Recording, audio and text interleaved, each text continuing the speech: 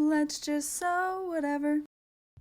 Hello everybody and welcome back to my channel. In today's video we are going to be making the Arianne bucket backpack from Rosa Designs. What? This bag is so cool. I don't even know what to say. It's super unique. It has this little flip lock here, which was daunting to install. It took about 10 minutes, but I'm a noob at it. So we did it, but it opens up there. It's got these super cute little faux rolled handles. It has a snap closure at the top, and inside it has a really pretty slip pocket and a zippered pocket. It is an awesome shape. I think even unclipped, and to clip the clip without using it, you could even just put it on the back here, and then it's out of the way if you wanted to just use it kind of as like a bucket backpack. Of course, you could even omit that from the pattern if you wanted and just have this super cute little bucket backpack. It's got a great round bottom. I love the shape of it. It's a nice medium size. I think it's super fun. There's no exterior pockets, but I think you could add a slip pocket if you really wanted to, kind of down here if you wanted a little spot for your phone. But because of the shape of the bag, it might not be the smartest, but I'm definitely like a slip pocket person. But I think overall this bag would hold a lot of stuff. So here it is on. It feels really nice. I love the way the straps kind of come together in the back. It's comfy to wear. And overall, I think it's a really fun bag. So yeah, I hope you guys enjoy watching this video.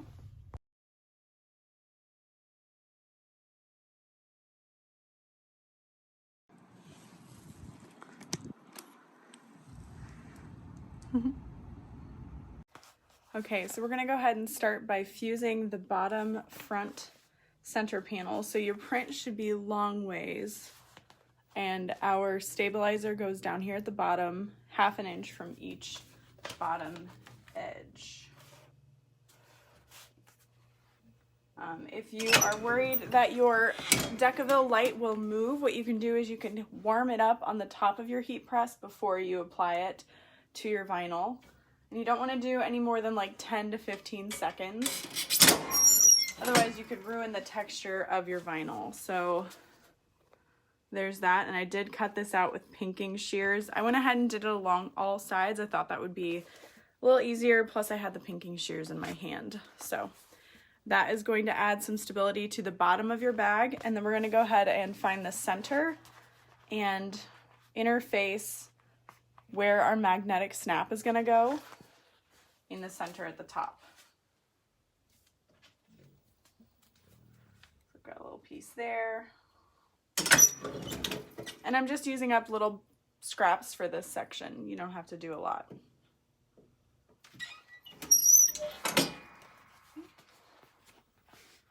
There's that. All right, so now we're going to fuse the back panel stabilizer pieces. I'm just pressing my vinyl really quickly to get any creases out, and then we're going to center this little T, upside down T-shaped thing piece, 1/2 inch from the side and bottom edges. You're gonna have a little bit more at the top, which is totally fine. We'll press that for about 10 seconds. Just double checking that everything melted nicely before we apply all of the pressure. Okay, that's good. And then we're gonna go ahead and add our second piece of stabilizer. And this is just going to reinforce that a little bit more, which I think is so fun about the Rosa pattern, how she places the interfacing in just the right spots so that your bag like takes on a different shape. It's really cool. And then we are going to apply our magnetic snap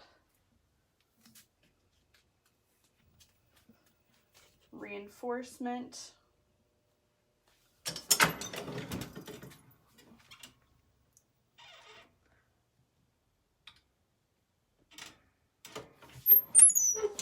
There, perfect. So there is what that is looking like. That is our back panel.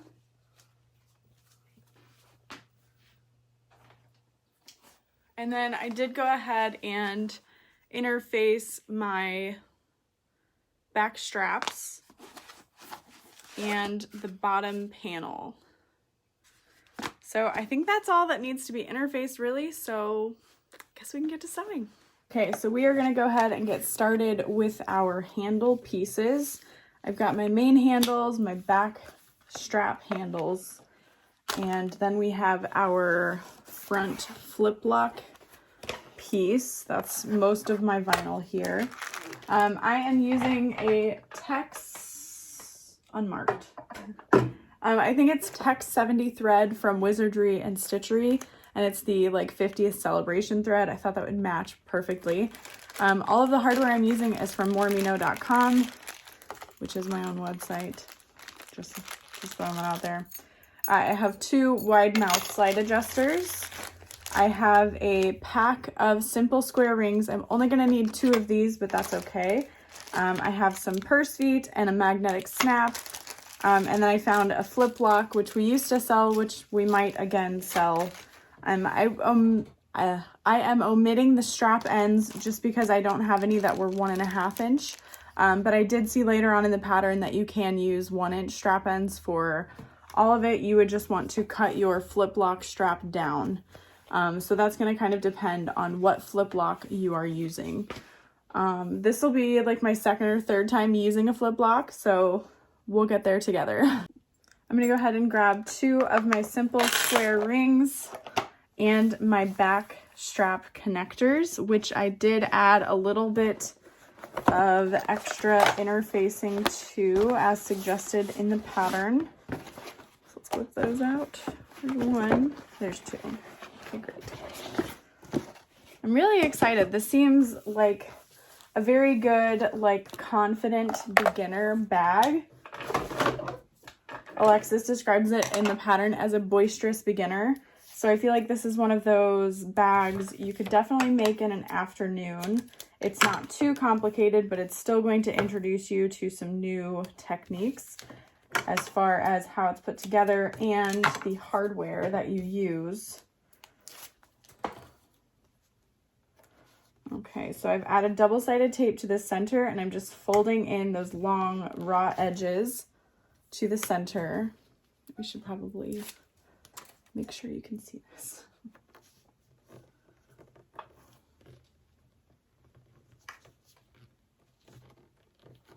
And then I'm going to sew down the long sides. I'm using a stitch length of 5.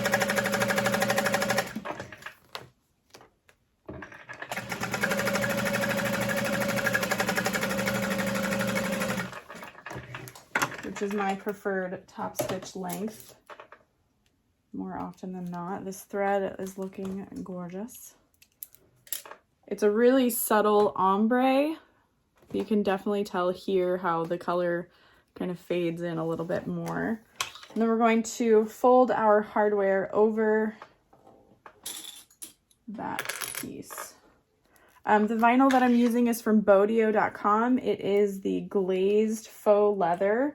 It's super pretty. It's got a nice soft sheen to it. It looks really sticky, but I don't think it's as sticky as it looks. That's what she said. All right, so next we're going to work on our handles. So I've got my center marked out, and it is 1 1/4 inch. I'm looking at the pattern directions over here. So if I keep looking off, that's why. So we're going to fold that. These are kind of like a faux rolled handle. Again, that's one of those boisterous beginner parts of the bag.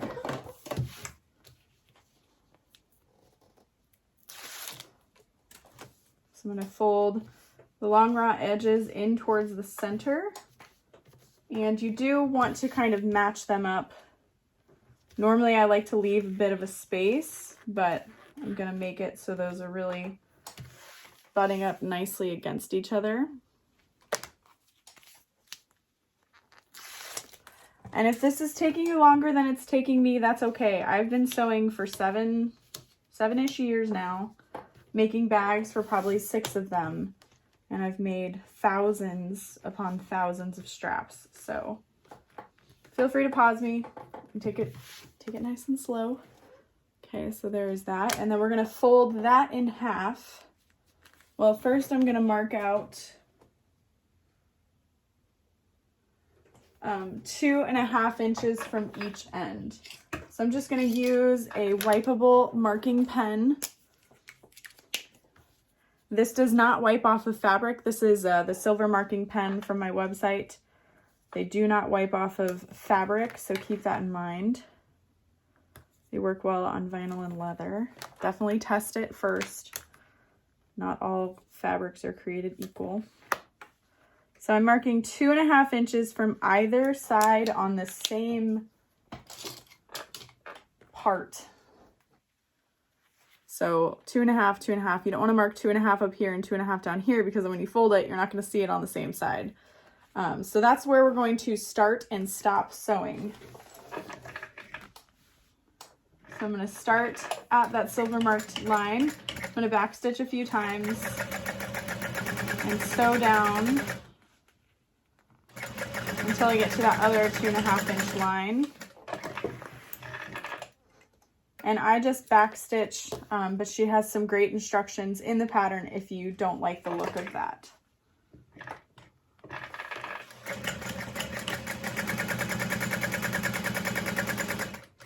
And you want to make sure as you're folding that you're not wiping away your mark. Ask me how I know. So what I'm going to do is just pull my threads to the same side and trim them off. You can also like pull them to the same side, knot them, etc.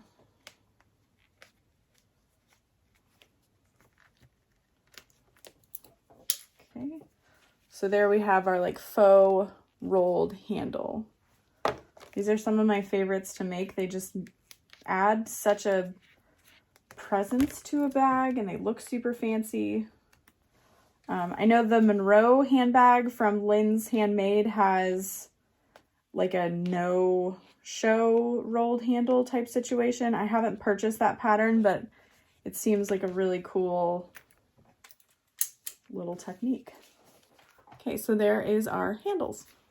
Okay, I'm actually going to start with my overlay, the strap overlay piece. We're going to measure 3/4 of an inch from all sides. I'm using this silver marking pen. However, it's a little hard to see on this kind of backing. I'm okay with that because I can see it, but just keep that in mind. You may need a different tool depending on what you have. But it looks like within that box, we're going to kind of square. We're going to cut off a triangle. So at that 45-degree angle, we're going to cut that off. Yes. Okay.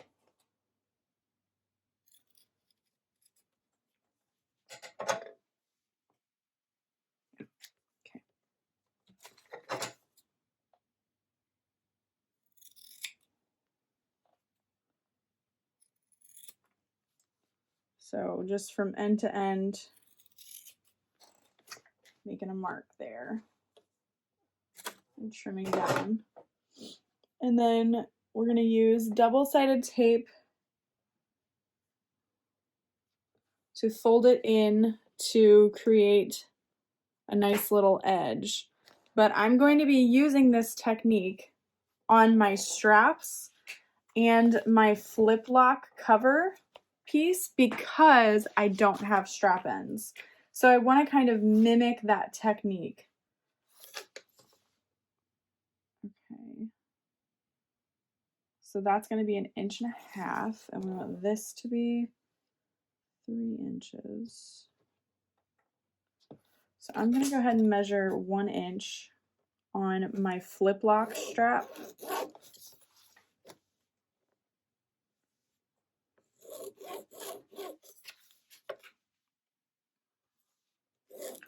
So this is just going to reduce the bulk in that area and create a cleaner outer look. Although now that I'm thinking about it for this is probably a bad idea because it's going to shorten it. So maybe I don't. Well, no. We should be good. Because when I fold this in, you're not going to see that. So then I can fold this over. Yeah. But I guess if you want to do something like this, you may want to cut an extra 1/2 inch or so. So that way when you fold this over, it'd be okay. You know what I mean?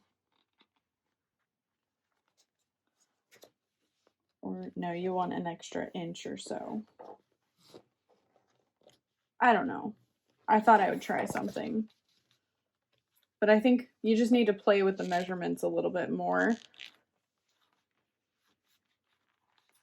Because I just want to make it so I have like more of a finished strap edge. It'll be fine. We could also just edge coat it, you know. It would look great. So that didn't work out as I had planned. Not an issue at all. Let's go ahead and continue on with making the straps on the bag because I know how to do that.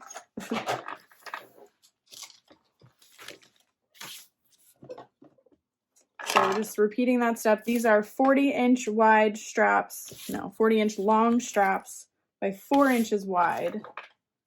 And we've cut 2 of them. So I feel like if you were thinking maybe you could make this using a webbing or a pre-made strap, you would want 80 inches, I believe.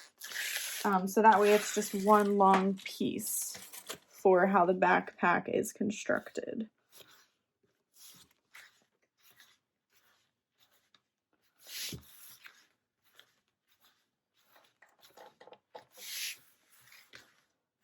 So just folding the edges in. And you can make your straps out of a cotton fabric as well. You would just want to cut them a little bit longer so that you could fold that edge under.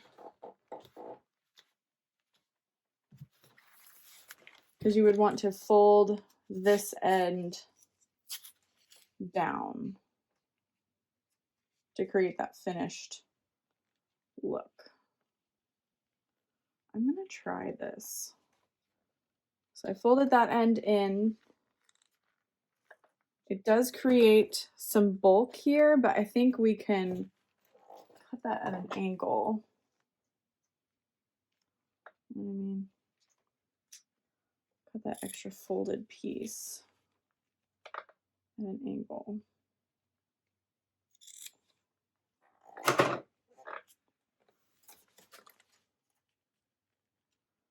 Yeah. So it doesn't reduce it by a ton, but it does reduce the bulk a bit. So we'll try that. Since I don't have strap ends, I'm going to use.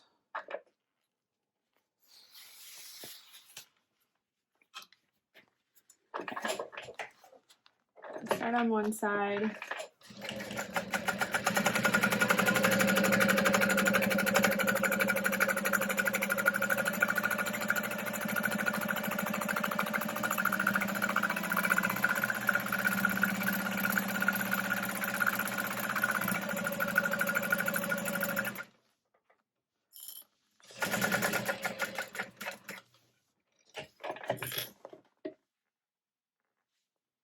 As I get to this edge, I'm just poking in those corners.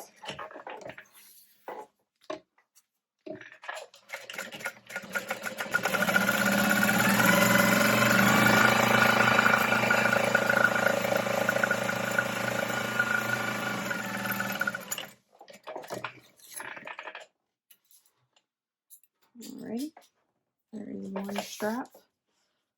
completed. It poked up a little bit, but it's really not too bad. And we will work on the other one.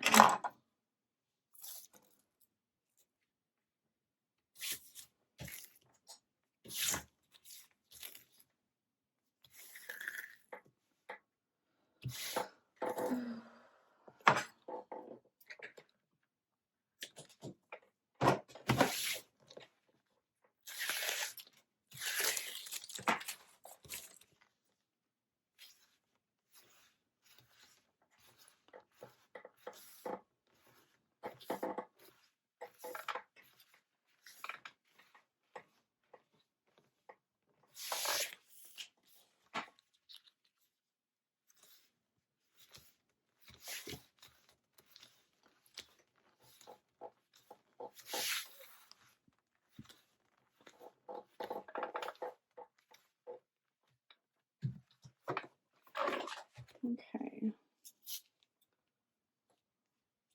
How did I do that? I think I just...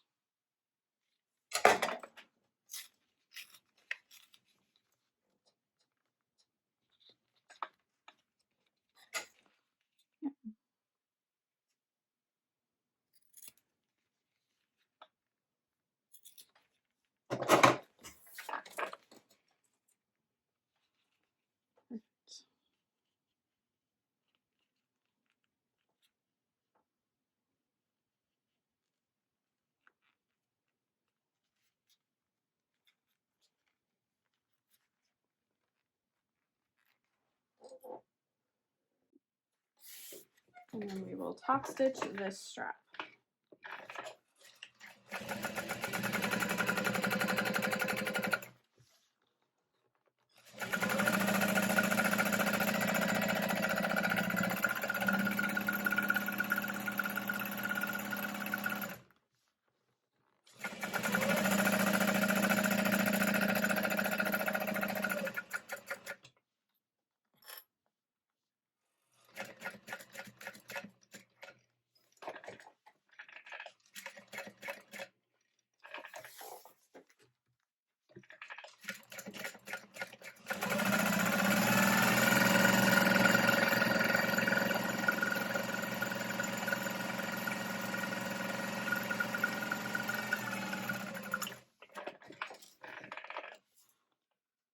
Okay. Main straps are done. Just gonna set these aside for a second. Back to the flip lock strap. You draw your line at 3 inches down the center.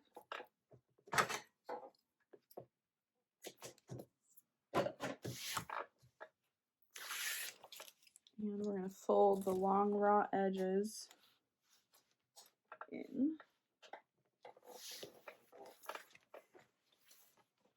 Okay, so you would want to measure 1.5 inches because that's what you're folding it. 1.5 inches from all the edges to cut down on that bulk. I'm just going to go ahead and fold this down a little bit. I don't think it's going to make this that much. I guess we'll find out. And in the end, we'll find out if this hurt me or helped me. I think it'll be fine.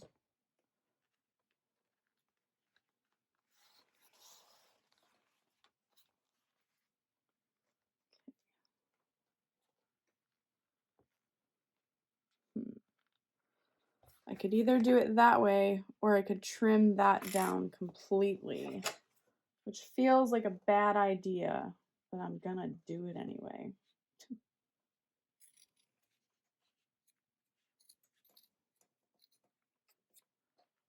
I just think that's gonna look way nicer to just have that one finished edge. That's a clip, don't throw the clip away. So I've only folded the top edge by like 1/2 inch. Yeah, that's gonna look way better. Okay, cool. Yeah, So then we'll fold all of this, flip it. Ooh. No, come back. Gone forever. Here's my clip. Okay.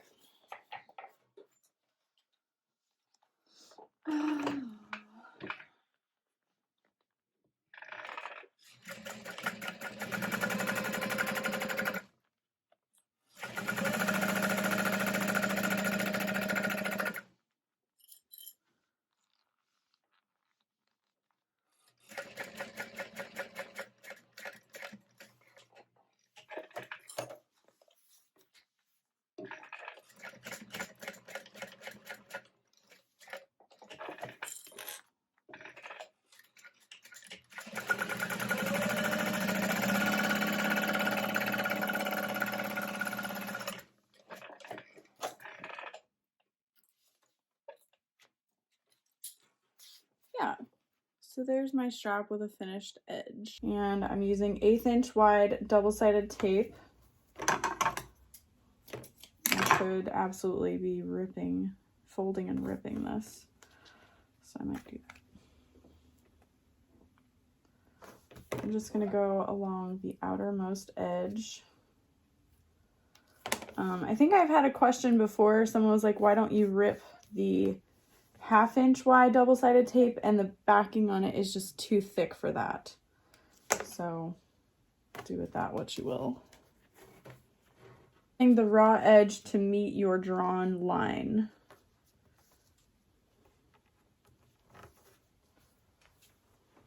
So my lines can just barely make them out, but they're there. You wouldn't really want to do this with a woven fabric since it's designed more to be made with vinyl.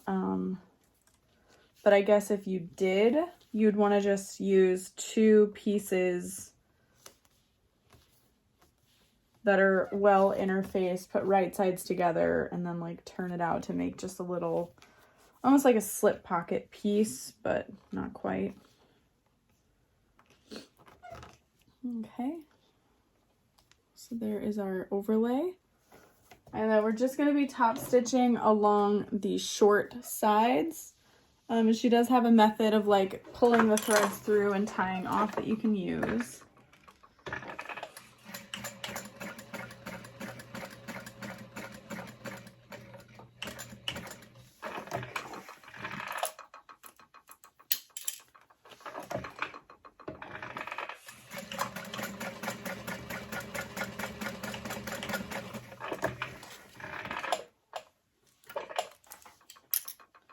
I'm just going to pull my threads to the back, and you can tie them off and make sure they don't fray.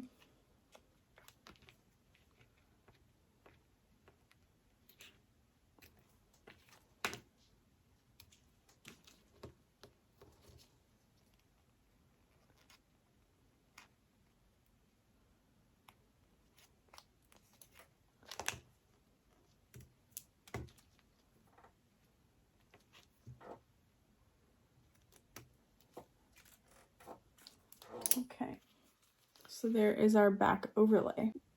All right, we are now going to sew our back straps together. You want to make sure that whatever end you wanted to be facing the front is facing the front. And I'm just gonna kind of do like a box stitch maybe.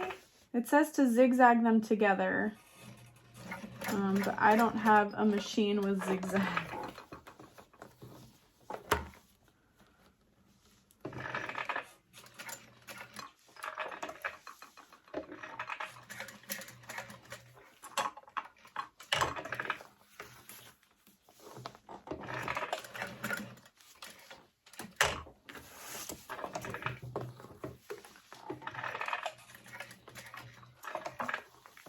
A box stitch is really working.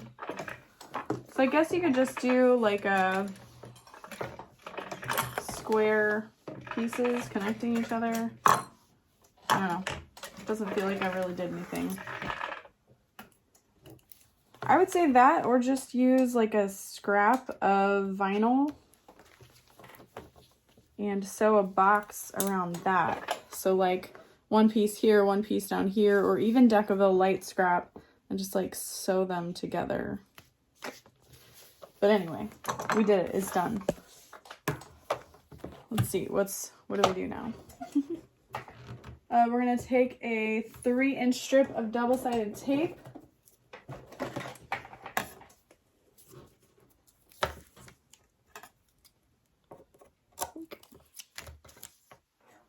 And lay that over my straps. We're going to grab our back panel, which is that bigger piece. And remember that this is the top, this is the bottom. And we're going to measure, I'll go ahead and fold it in half really quick and snip my center. That's going to be pretty important. I measure 3 1/4 inch down. 1, 2, and 3 1/4 inch at the center. Okay, and then I'm going to remove the backing on my straps and lay where we've sewn them together at that center marking. So they're in place there.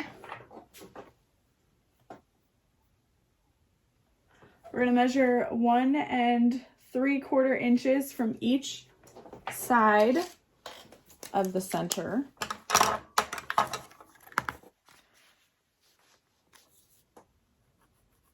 Make a mark. 1 3/4.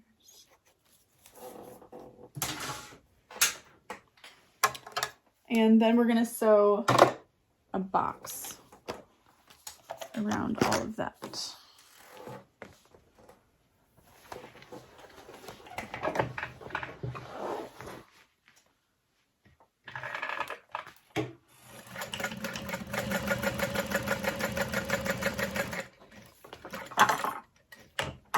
And then it says to add rivets, but I think if, let's say you don't have any rivets on hand or you don't have enough rivets, you could probably just do a box stitch here to help reinforce all of that. So that's what I'm gonna do.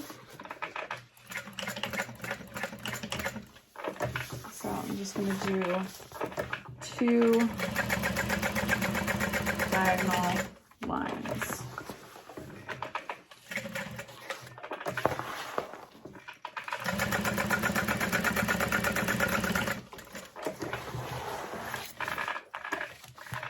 This thread is absolutely perfect with this fabric.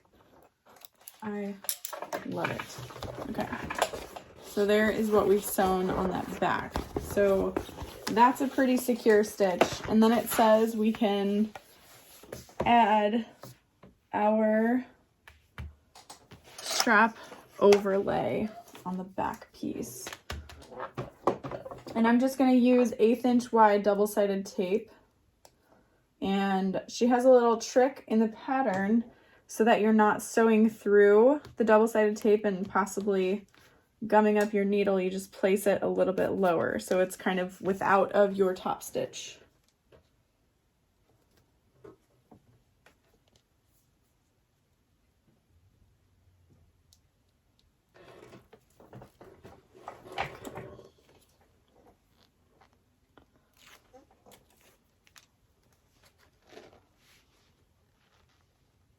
We're just gonna center that over all of that and lay it into place. So this is really, it looks really cool. And I think what I want to do is sew a box on the bottom and the top of each one of these. So I'm going to start at my top stitching for the short side I'm going to sew down to meet it, and then I'm just going to do one stitch. Well, let's go ahead and do two. No, we'll do one. One stitch down, and then pivot to create a little box.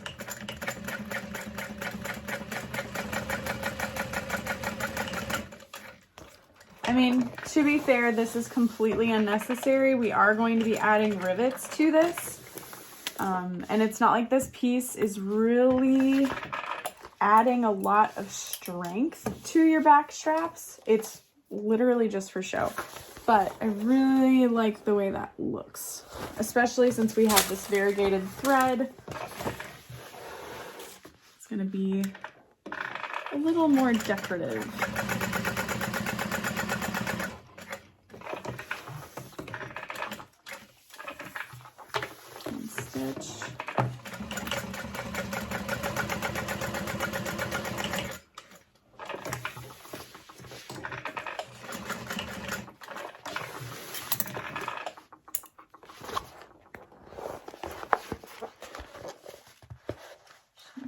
Pull that to the back.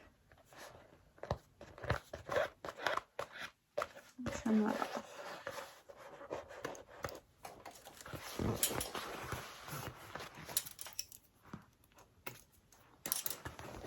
Oh, that's so pretty. And then the next thing we're gonna do is add 4 rivets. So I want to poke that hole right inside my marked out box.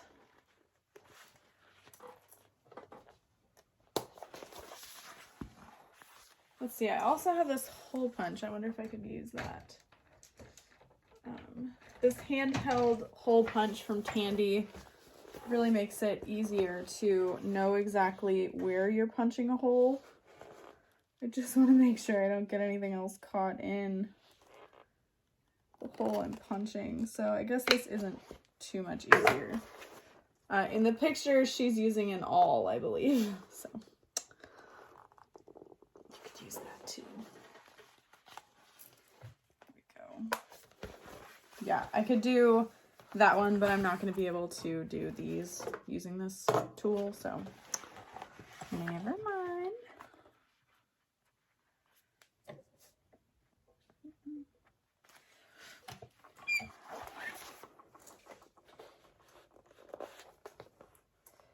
And the biggest thing is you don't want to cut through any of your threads because then they're just going to fray.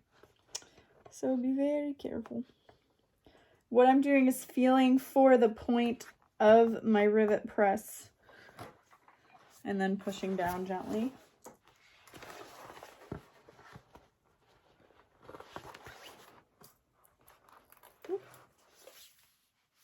And now we can set all of these. I have 2 rivet presses, one for the hole punch and one to set my rivets. This is just faster for me, especially when you're making a ton of bags at once. My presses are from Gold Star Tool, but I do not recommend purchasing from that company anymore because his customer service has gone downhill, I should say there, and the quality of the product is not the same anymore, so just throwing that out there. All right. Next thing we're gonna do is roll these up. Oh my gosh, I'm so excited so far. This is looking really pretty.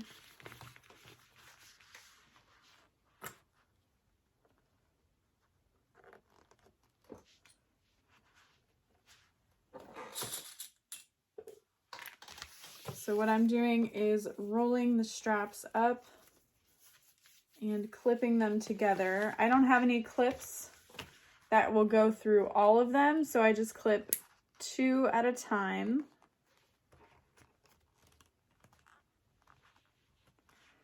Together. So I'll clip the outer 2 and then the inner 2, and it'll hold decently. Okay, now we're gonna position the lock strap about 1/8 of an inch below the strap overlay with your seam ripper or awl.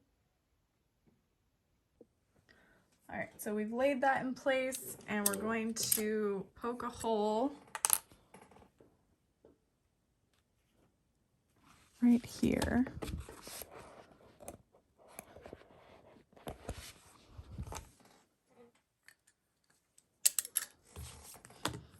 I'm gonna flip it over to find the hole we just poked.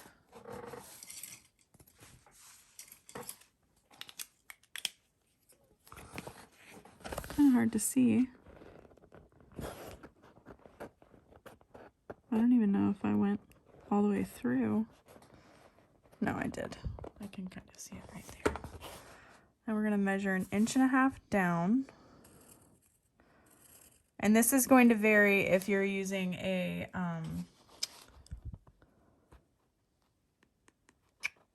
1-inch strap. Just so you know. And then we're measuring 3/8 of an inch over from that.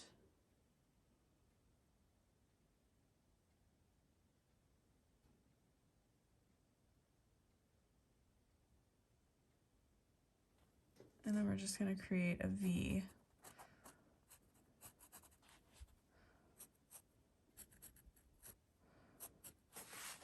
Okay. See it. And then I'm going to use my seam ripper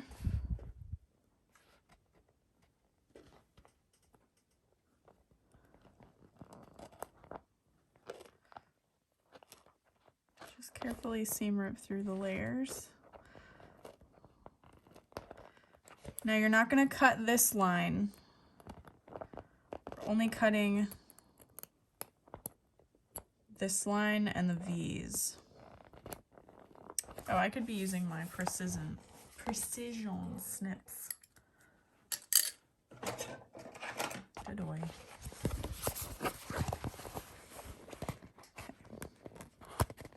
So you're cutting through your exterior vinyl and your 2 layers of Decaville Light.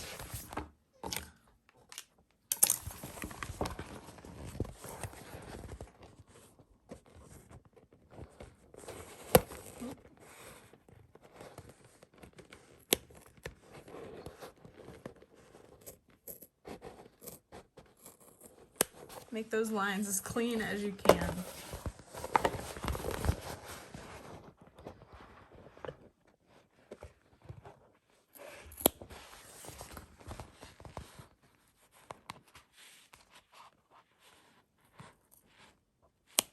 To insert the raw end of our lock strap through that hole.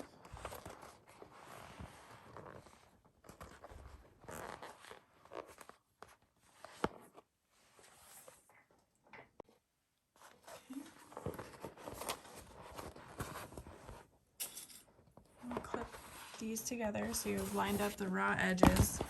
And then we're going to fold this down this way. So our triangles are off doing their own thing.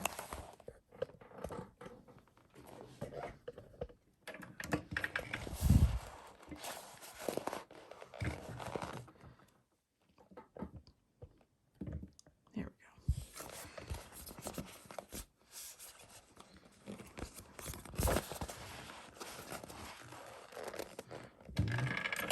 Whoop. Wow. Sorry, trying to get this in just the right spot.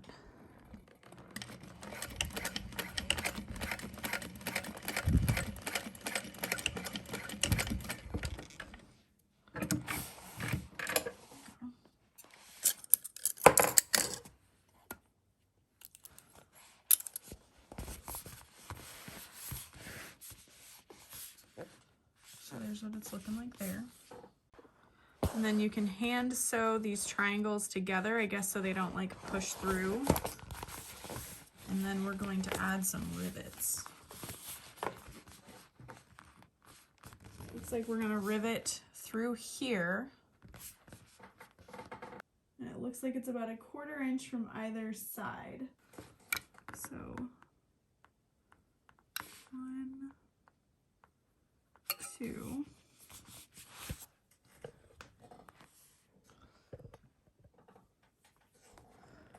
And 1, 2.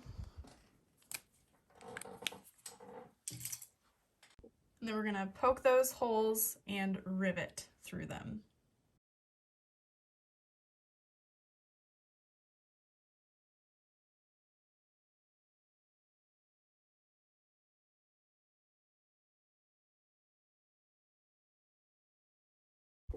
All right, so the next step is to attach our magnetic snaps. So I'm gonna go ahead and mark out my center on the front and the back panel.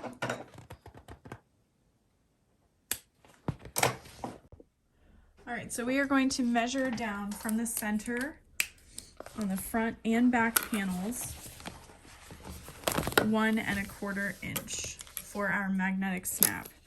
I am using a larger magnetic snap than is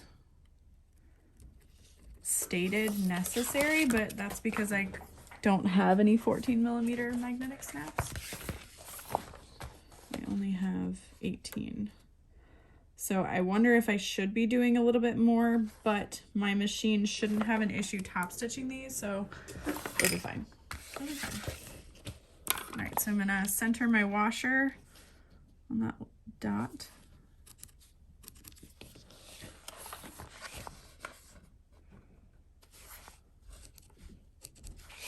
And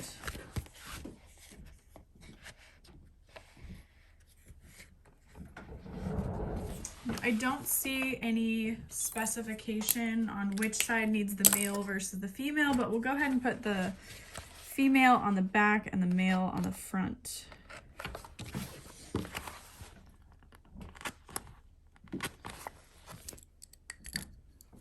I feel like there has to be like a better way of describing those because they don't, I don't know, have to have gender, you know what I'm saying? So we'll attach those, and then I never know which is better, in or out. I feel like I always say the other, and then I say the other. Anyway.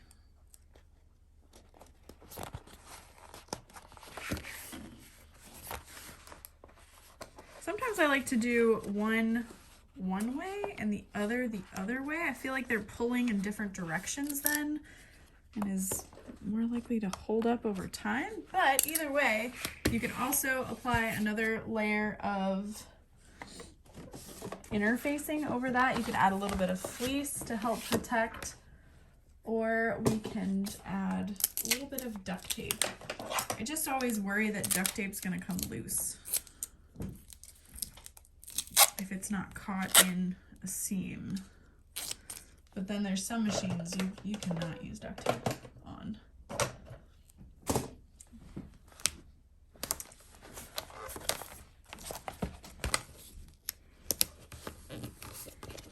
Okay, there we go. Okay, we're going to baste the handles into place. I think I missed this, so we're just gonna move back to it. So 1 1/4 from the center.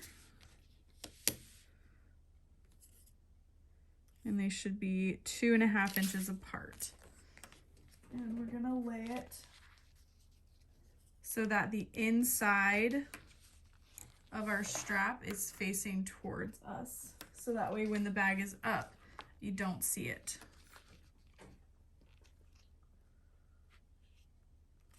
Okay, and then you could use double-sided tape to help you hold these in place, but I'm just gonna grab some clips.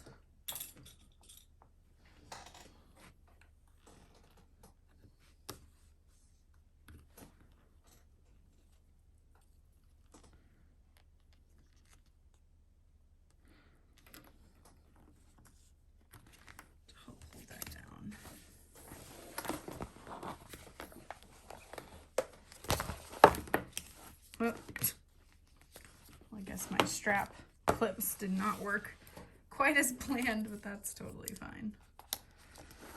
All right, 1 1/4.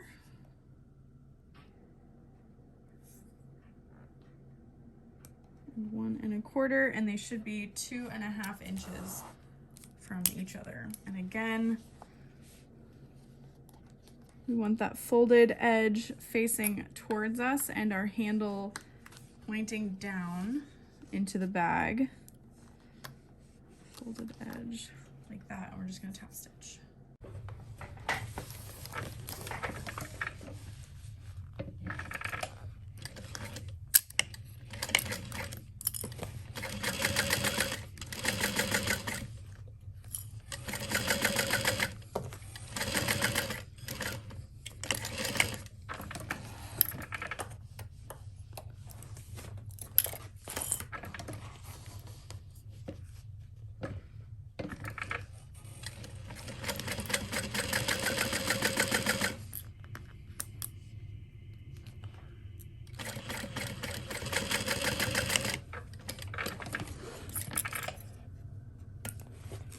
And then I think the last thing we need to do for the exterior on the back panel is attach the strap connector to the base.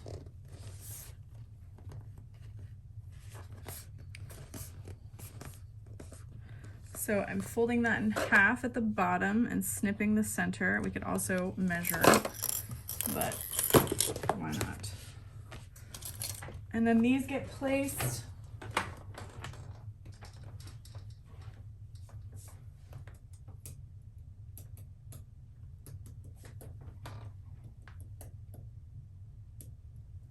two and a half inches from the center, so 5 inches apart. You can't see what I'm doing. There we go. 2.5 inches. Down like that. Now the pattern directions say to use a rivet to help hold these in place after you baste them, and I like the look of that, but I worry about too much pressure and one of them is gonna pop. So what I'm going to do is do a box stitch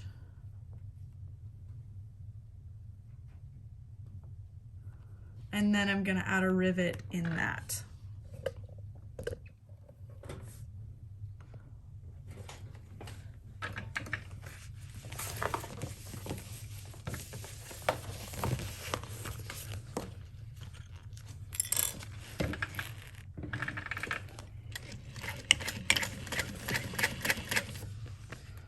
And just be really careful not to sew too close to that hardware.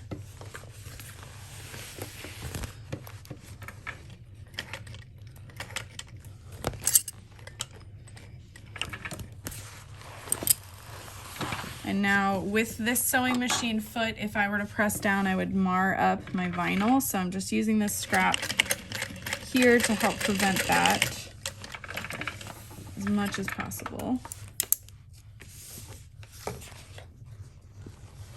So there's what that will look like. And then I'll go ahead and add my rivet right there. So I've got even more protection without compromising on stability and strength. Not that I think someone would really like load up this bag, but I know myself, I've yanked on a bag or two. And so just durability.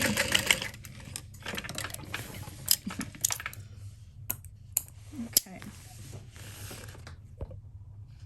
So pretty. Even my little scrap of leather there. All right, we're gonna add a nameplate to the front panel. I'll go ahead and mark out my center on the front.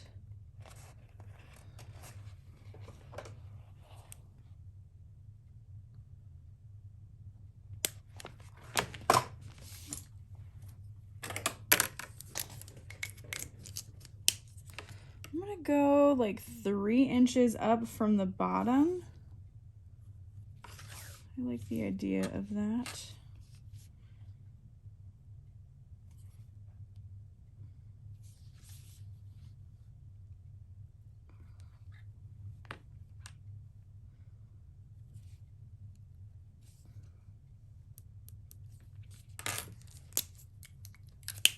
And you could even add a little box of contrasting fabric behind it. I know I used to do that with my bags, especially when you're using such a busy print. But I think my nameplates are a little more stand out and sturdy now. And then you can use a bit of duct tape on the back.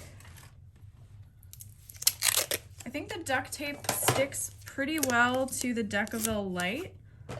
After I added it to those magnetic snaps, I was like, oh, okay. I can get down with that, so not too worried about it going anywhere. Ooh, now comes the fun part. I'm excited. We are going to put right sides together. Want to make sure that your handles are both at the top. That would be bad. So handles here. And we're gonna line these up.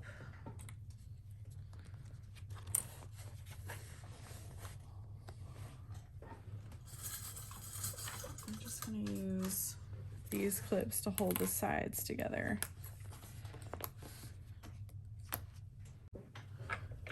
And then we've got a 3/8 inch seam allowance.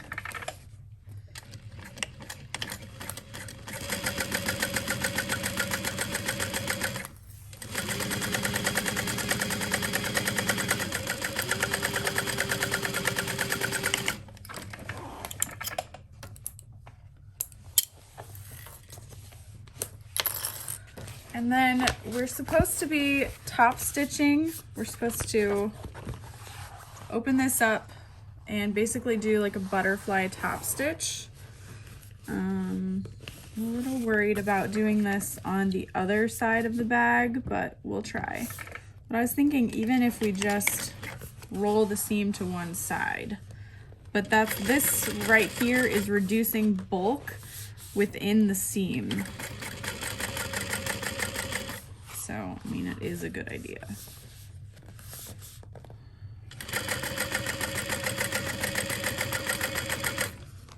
I could see this being really fun to use a printed vinyl for this front panel, especially since it is so small.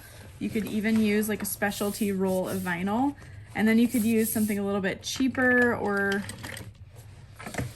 you know, more cost effective for the rest of it, and maybe even do the flip lock strap out of that fun vinyl too. I don't know. I just wanted to use the fun vinyl all over. I will say I used the 18-inch roll from BoDeeOh, and now that I'm remembering cutting it out, I wanted to do the back panel in this purple, but I did not have enough after I'd cut out my straps and such. So I think if I hadn't cut out the flip lock flap, I would have had enough to do the back panel. So just kind of keep that in mind when you're laying your pattern pieces out, because it is mostly measurements.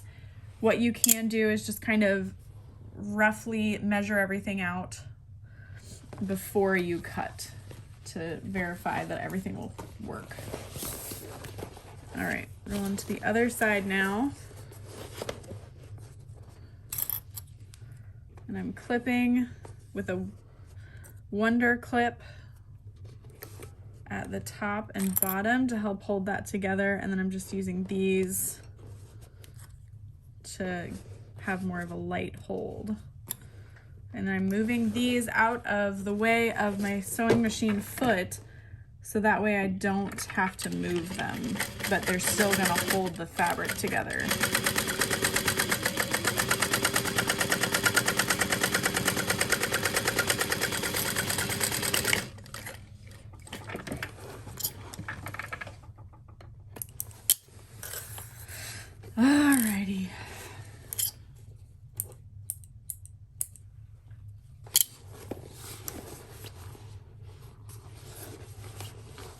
So for this side, the instructions say it might be easier to turn it right side out to top stitch.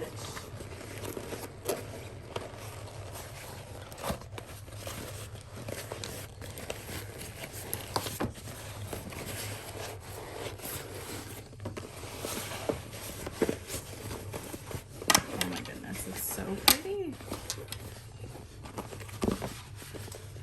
So excited. I even wonder like if you could add like a slip pocket to this front piece. I'm always thinking of that, like easy access to your phone. So if I had a flatbed attachment for this machine, I think inside out would be easier. I don't feel like dealing with the cylinder arm at the moment. Although I feel like my thread breaking was a sign that I should. It was like, just do it. Dorothy's with grandma. You've got all the time in the world. Nah.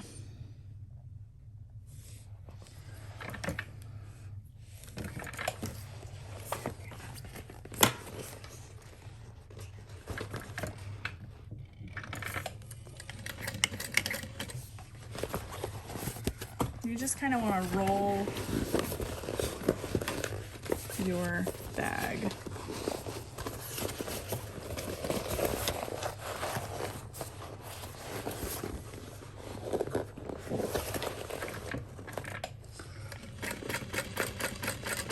And I'm not sure how absolutely necessary this step is if you decided you weren't able to manage it.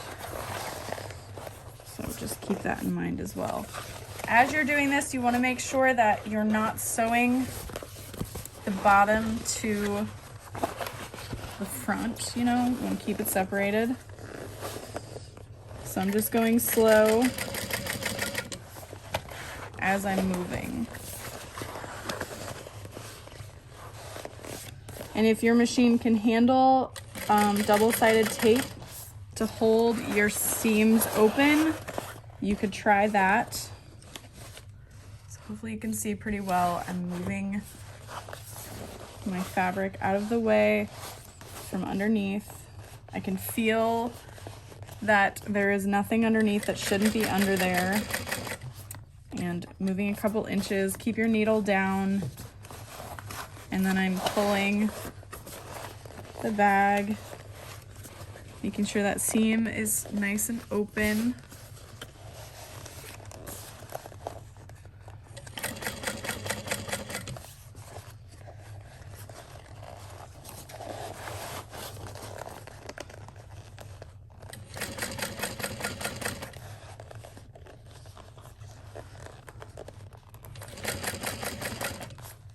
And don't get cocky about it either. Like, don't think, oh, I've been doing such a great job, I can relax for a minute. No, no, no, no, no. Don't do that. That's when bad things happen. Don't relax.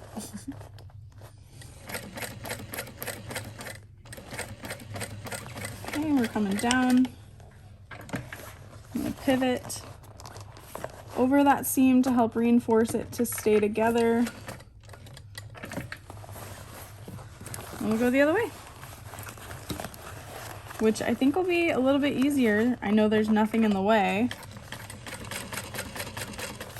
We just want to make sure that our seam stays flat. We give ourselves a nice little area to work with. Keep the needle in and then rearrange. It is tricky, but just take a deep breath, work slow. You will get it.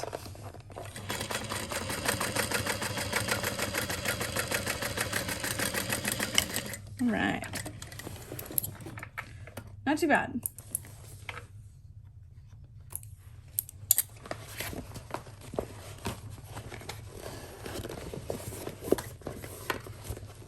All right, the next piece we're gonna work on is the slip pocket. So I've got the lining, which is the bigger piece. Nope, I've got my vinyl, which is the bigger piece, and I've got my lining, which is the smaller piece. I've got them right sides together. And I'm gonna use a 3/8 inch seam allowance to sew those pieces together.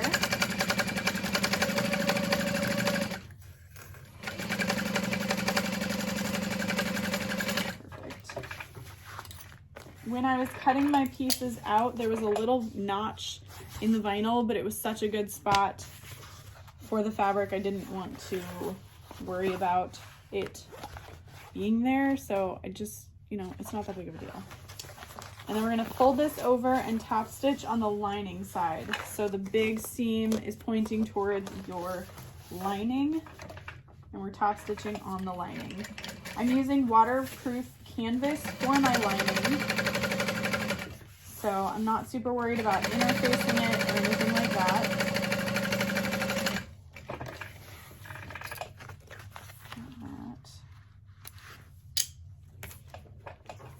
And then we're going to fold the slip pocket vinyl under the slip pocket lining, matching the long edges.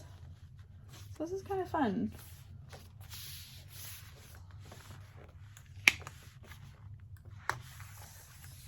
Interesting that it's mostly vinyl, but adds a fun pop of contrast within the bag. Ooh, so pretty. And then we're going to top stitch along the edge and then baste around the rest of it.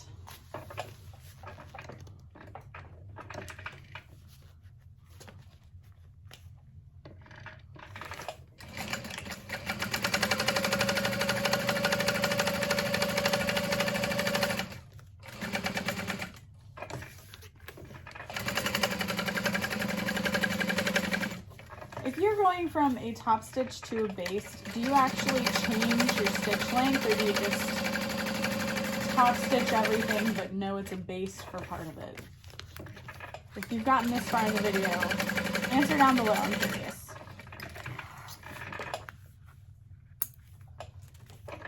Oh my goodness, that's so pretty. I love this color. All right, and then we're going to lay the slip pocket along the long edge of one of our main lining pieces. So they should line up perfectly. If you've got it another direction, it's wrong. We're going to line up all of those edges. And then we're going to, you can also baste that into place. I'm not going to worry about that since I've already basted. Maybe I should have put it together and then basted. It's fine. All right, so now we're gonna measure 4.5 inches from each side.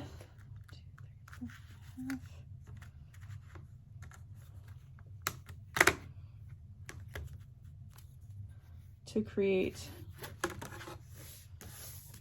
our lining slip pockets. This is really fun.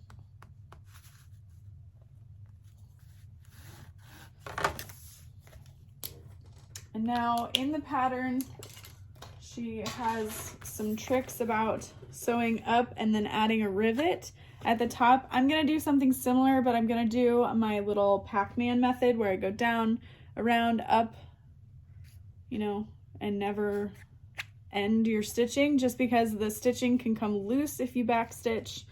And then we're gonna add a rivet at the top. So I kind of want to encase that like we did on the strap connector within that box stitch. So let's go. So I'm basting around the outside, the bottom. I'm getting towards my stitching or my silver inked line. I'm gonna sew up.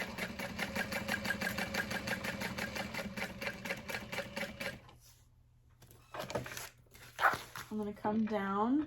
I'm about a foot widths away from the edge of my vinyl. I'm gonna make one stitch line, back stitch and forward, and then I'm gonna change my camera angle so you can see that better. All right, how about that? And then I'm gonna come down.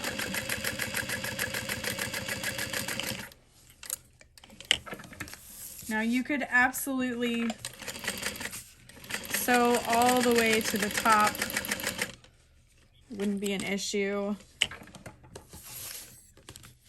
I'm gonna come over a little bit. There we go. Okay, coming up. I'm I'm about a foot's length away.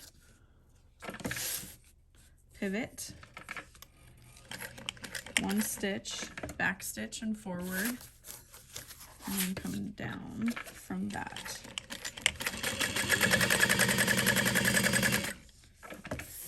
And then I'll continue basting just because why not? And I think I'm gonna be out of thread soon, so we may as well use it up where it won't quite matter. Awesome. That is super pretty. So now I think I'm just gonna add a rivet at the top of that actually. I think that'll be cool and it'll be a little bit more true to the pattern directions. Now keep in mind doing this is going to change the distance of the pockets because we're adding like an 1/8 quarter-ish inch, but I don't think that's an issue. I absolutely love the way that looks. It was super easy, but it has a really nice result. You know? Super pretty. All right, the next thing we're doing is adding our zippered pocket. You can follow the directions in the pattern for a very nice finish on your zipper pocket.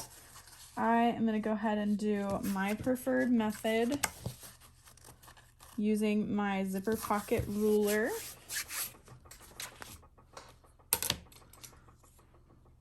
Oh, yeah. So I folded both my main lining and my zipper pocket lining in half, and finding the center using the big center line there, I've marked out that box. So it's 1 inch from the top, and then the pattern says it needs to be 1 inch from the top there as well. So it's a total of 2 inches from the top. I was confirming with the pattern, that is correct.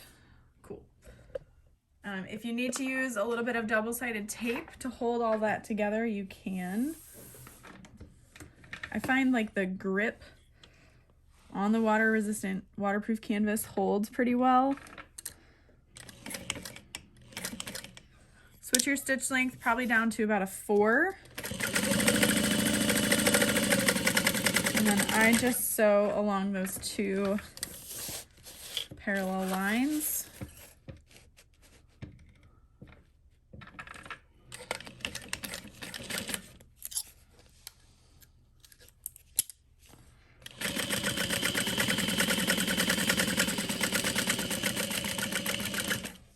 And I like to back stitch beginning and the end. Oh wow, I did not get any zipper tape prepared. Should probably do that.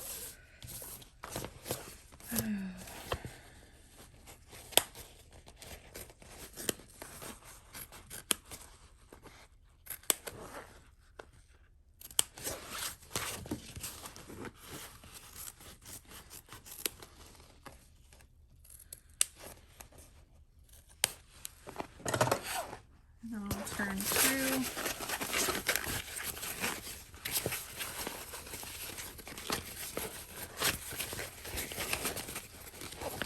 And press that with my iron.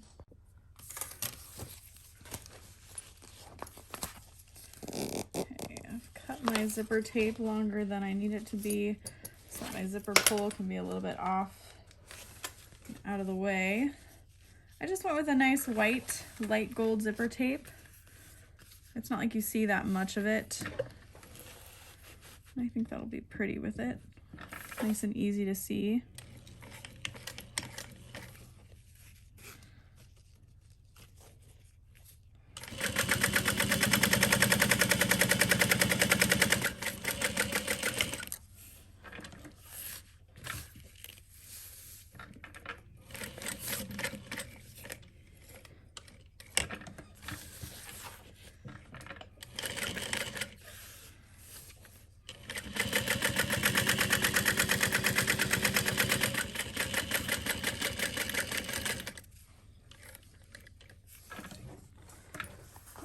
Push in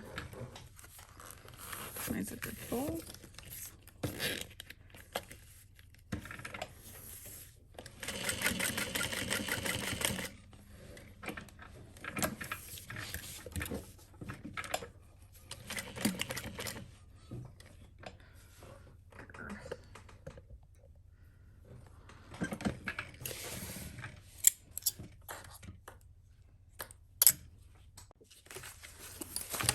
we can snip our threads.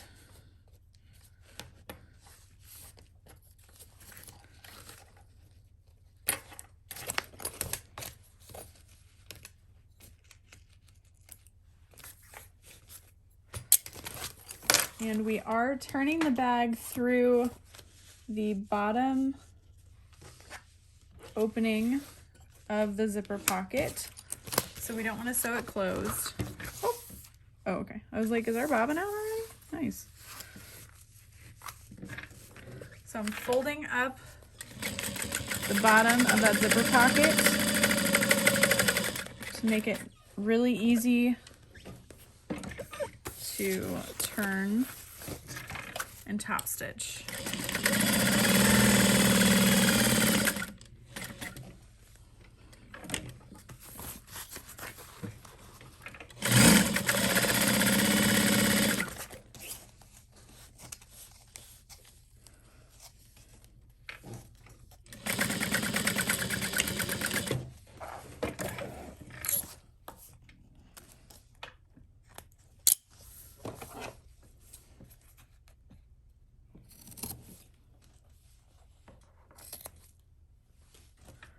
And I trimmed down those edges at an angle so that there's even less bulk, and all you do is turn that. Nice and easy. All right, we're ready to move on. All right, so we're gonna put both of our lining pieces together, right sides together. Make sure your slip pocket is in the correct direction, as well as your zippered pocket. And our turn hole is actually going to be on the side of the bag. And that is so we can get that round bottom into place nicely without messing anything up. We're gonna start with a 3/8 inch seam allowance and kind of increase as we go towards the bottom to ensure a nice snug fit. And then on this side, what we're gonna do is start at 5/8 in the bottom and stop, and then I'm just gonna jump up to the top and switch to that 3/8. Voila. And then I'll trim down the seam allowance on this side.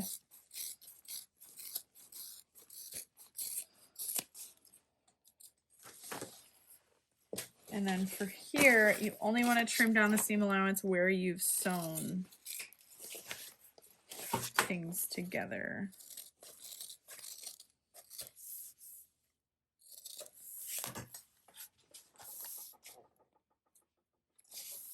And then we'll turn that right sides out.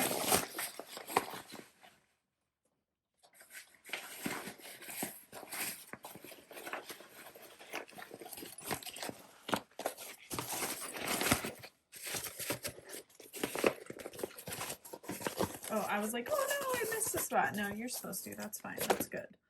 But what I think is really smart about the way she added the vinyl in the slip pocket is that is adding another layer of stability to your bag without using up any interfacing. So genius. I see you. All right, so I've got my lining right side out and I need to turn my exterior wrong side out.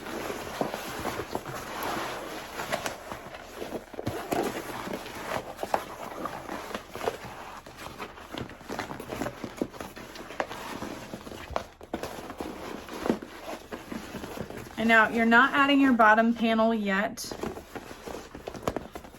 but we will. Let's see, I probably want to mark out the center of the top. Since the exterior comes together differently than the lining, well, you can see my pattern up there. Sorry, you can't see that. Unless you bought the pattern, then you can see that. Center snipped. I guess we want the slip pocket on the front of the bag and the zippered pocket on the back of the bag. It's kind of fun that there aren't like zippers. There aren't too many zippers to this bag, so if you are not a fan of zippers, you don't have to do many to this one. And I mean, honestly, you don't even have to add a zipper to the zipper pocket. You could just leave it an open slip pocket. Okay. So clipping my centers together first.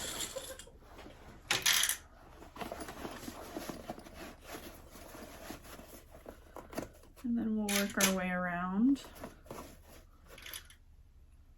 If your basting stitches have kind of come undone on your handles, make sure you rearrange that handle back into place. What's kind of cool is the way the lining is made differently. If your machine isn't good with bulky seams, this is a really nice way of offsetting that bulk. But if you're used to your seams lining up, just keep in mind, they're not going to.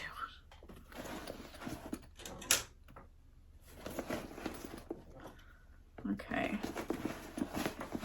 So there's that clip together. There is no bottom added yet because it's going to be impossible to top stitch if you've already attached your bottoms.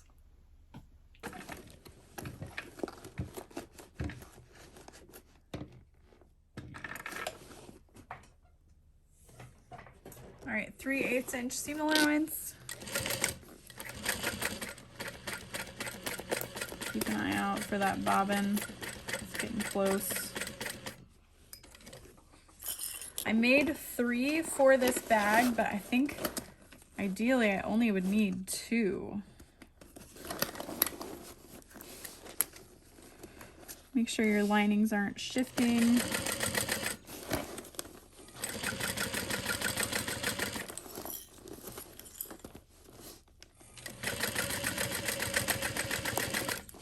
You can hear that like extra metallic clinkiness.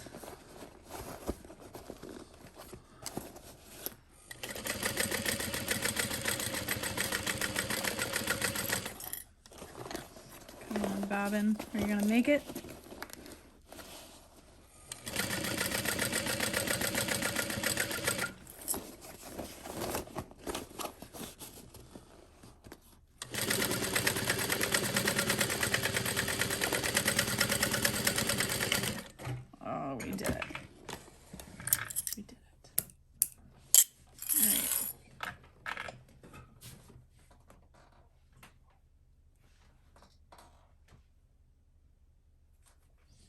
And then we're going to flip it right sides out.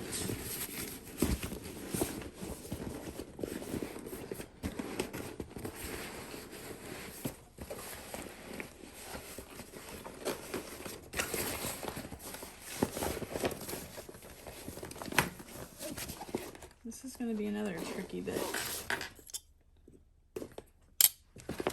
with my machine. Is we want to top stitch on the lining, the top of the lining. Oh, look at that. Not today,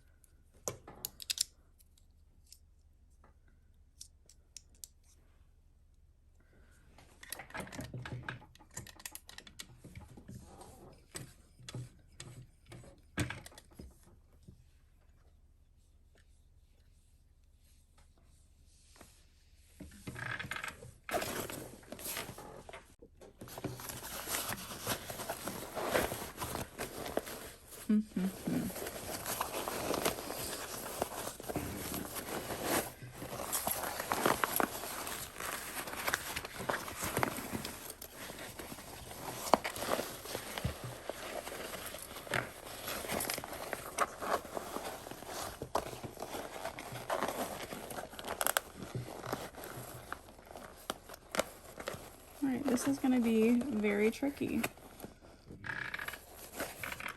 So I've got it kind of started, but I don't know that I haven't caught. There we go. All right, all right. So I've got my lining pushed out of the way so that I can top stitch through this seam. There's a nice bulky seam here, not bulky, but the bulk of my seam is pointing down on my exterior and my lining. And I'm going to start top stitching. And I'm double checking that underneath I can see my lining fabric is out of the way.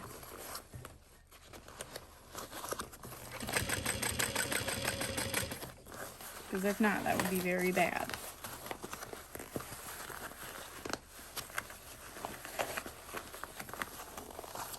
And we're just gonna go nice and slow. I thought about making this bag using my Jaome HD9, and I definitely should have, because this would be a lot easier on these very cylindrical parts. That's okay. Excuse you. Okay, making sure I can feel my seam is pressed down and that everything is out of the way. Top stitching on the lining.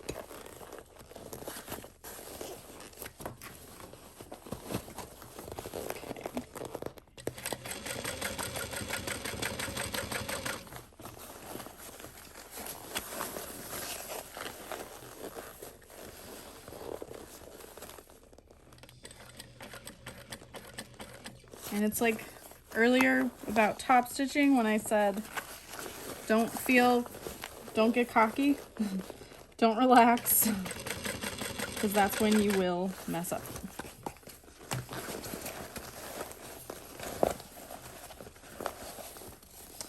We're almost there.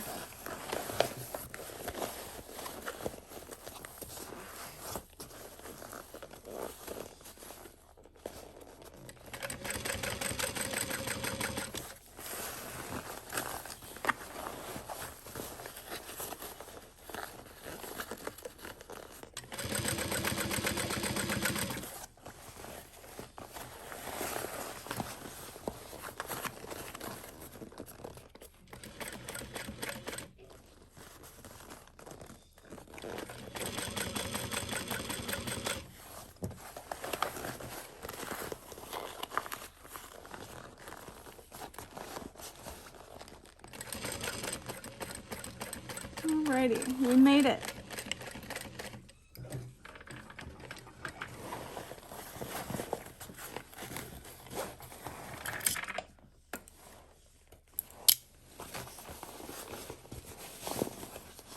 And I'm going to pull my threads to the back. There we go.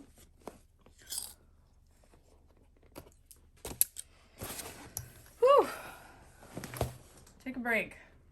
All right, we're gonna turn our bag so everything is wrong side out.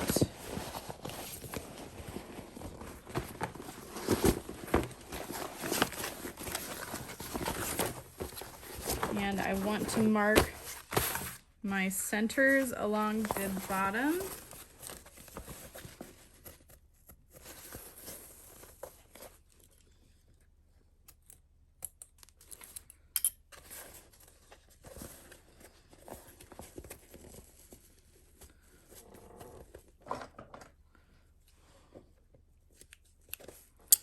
And I've got my centers here. I did mark out the centers for the bottom here, so I will clip those together. mark it here as well.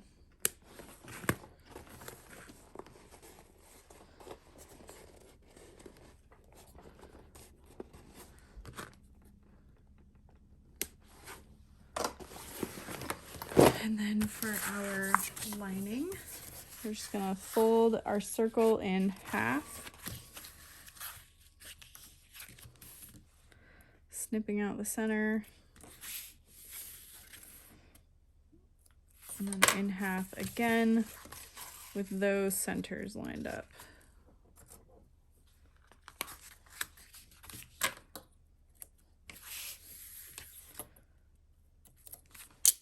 Okay. And then for this one, I have my center marked out that way.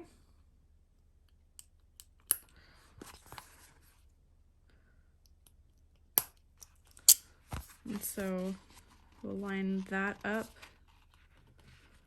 clip it together, mark the center that way. I am going to be adding purse feet. I think purse feet on this bag just looks super classy. I love it.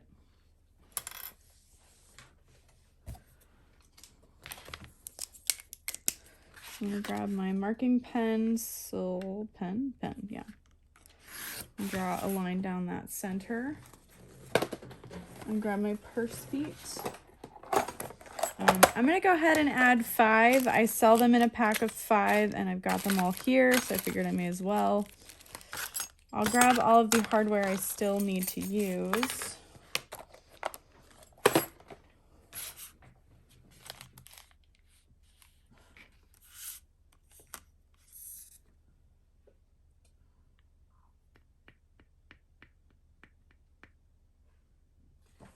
Okay, and then we're gonna measure 2 inches out from the center. So we've got our cross lines and we want to measure 2 inches out from each center. And I'm using a 4-inch ruler, so that's making this super easy. And then I am going to add one in the center.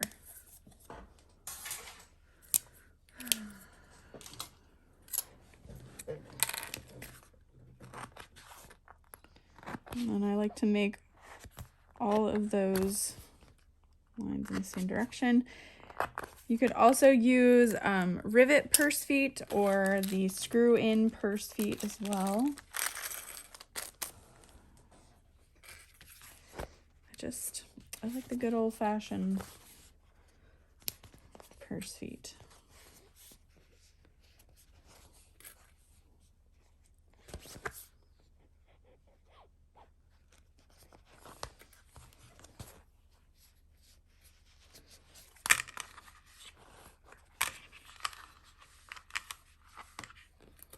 And then we'll add our washers. And we will definitely add some duct tape to these. You could even add a second line of a really lightweight interfacing if you wanted to, or a second layer. I think the duct tape will be good.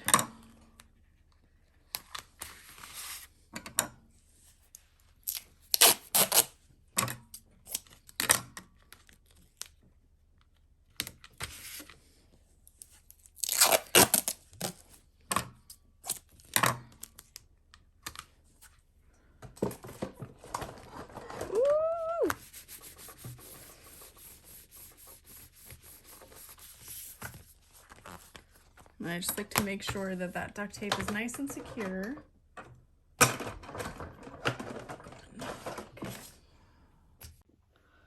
Okay, now we're going to attach the bottom exterior and then the lining exterior, bottom panel. So I'm going to start out by clipping my 4 centers together. Actually a really nice size bag. In my head, I was wondering if this could be finished with binding, on the bottom panel, but I think it would add too much bulk in a weird way. So I don't know that I would recommend it, but if you're trying to think of a time-saving way to make it, you could definitely try that.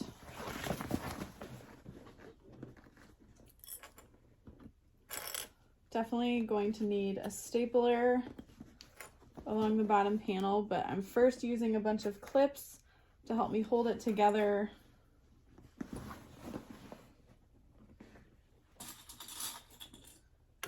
Just to check that everything fits together nicely.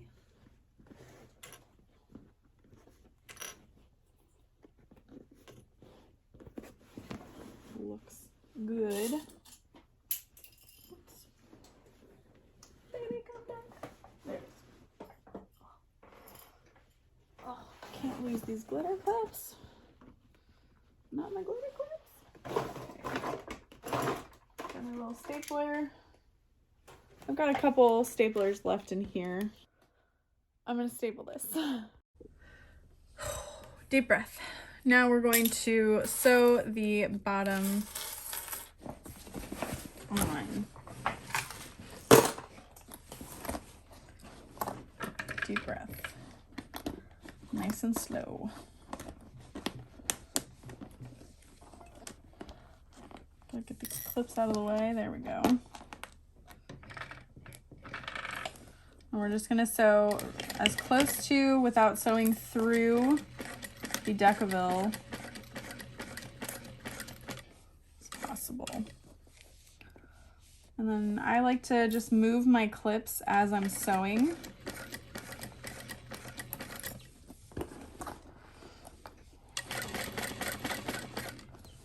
Slow.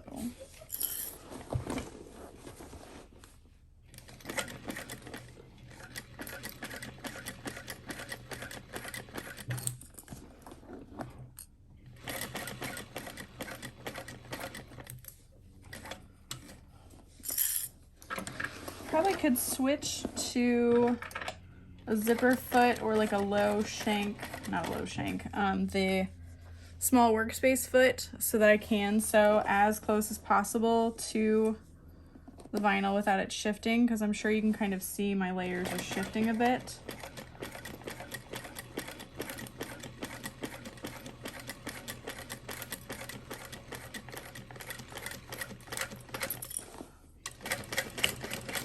I'm gonna just add a little stitch there.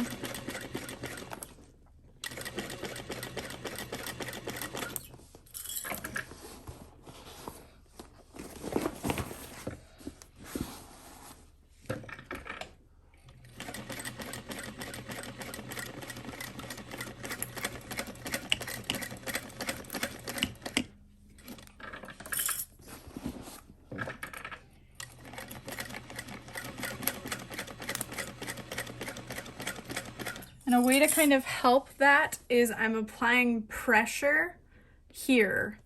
So as I'm pushing, the pressure is on the Decaville light, helping to kind of flatten that and keep the amount of force that the foot is asserting against it. So the foot isn't pushing hard away, I'm pushing against it, so it's not moving as much.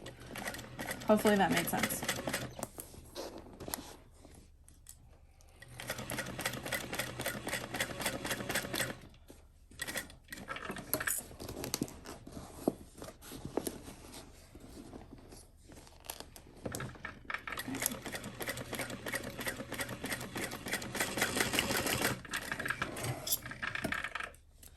And then we're going to trim that down to remove all of our staples.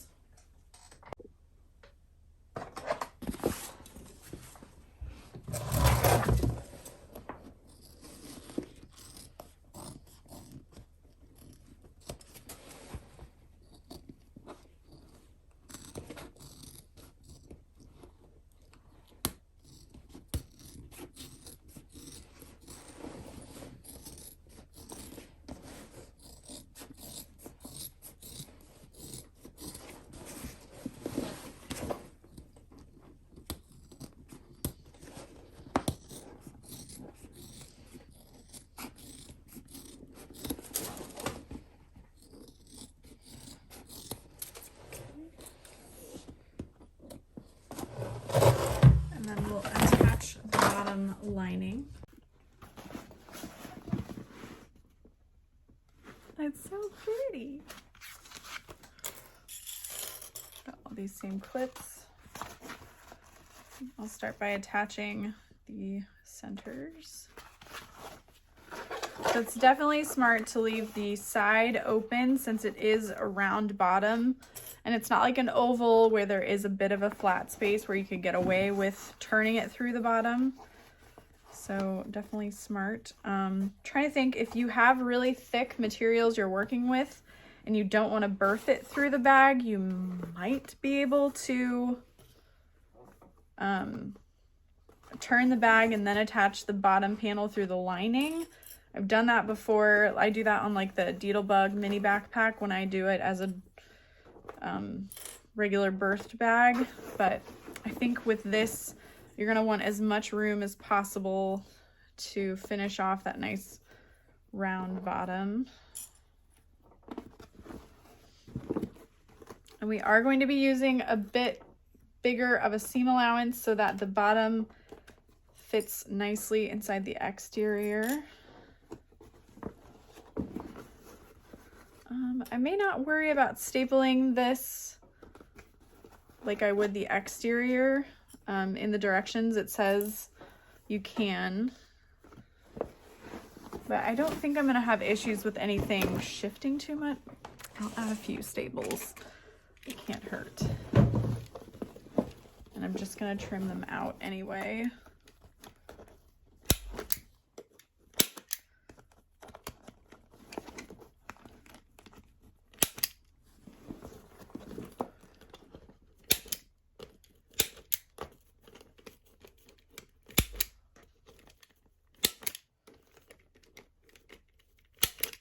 Okay, let's go.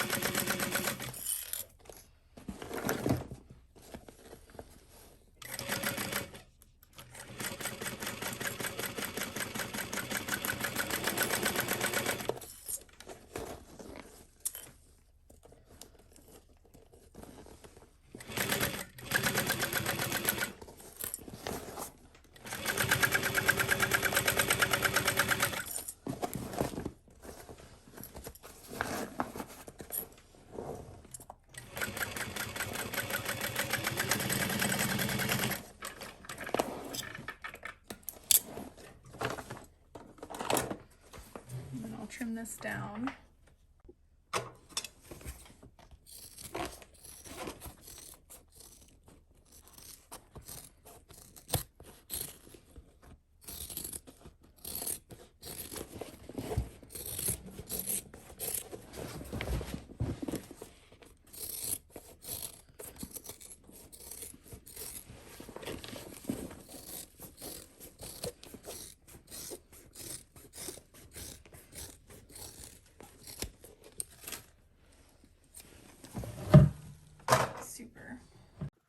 Now it's time to turn the bag. So excited.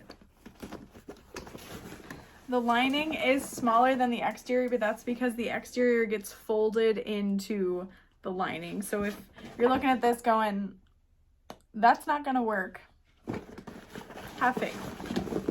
All right, so I'm gonna start with the bottom exterior. My vinyl is fairly thick, but I think we'll be okay. If not, you know, I can kind of open that side panel a little bit more. But you definitely want to start by getting the exterior bottom panel out.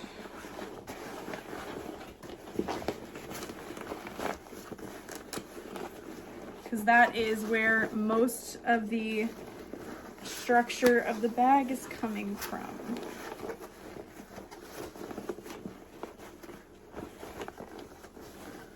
Oh man, piping around the bottom of the bag would look so nice.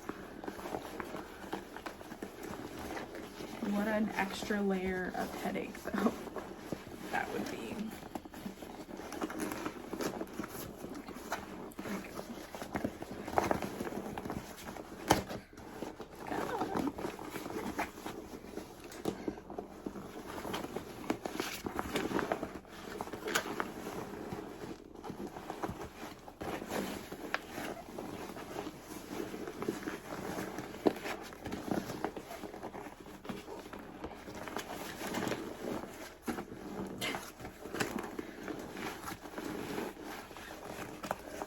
One of those I just want to go nice and slow.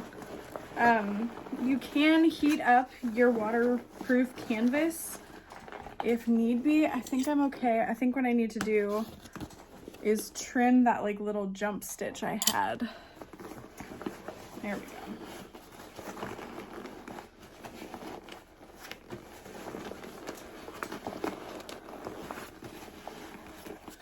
This is the true test. Okay, there we go.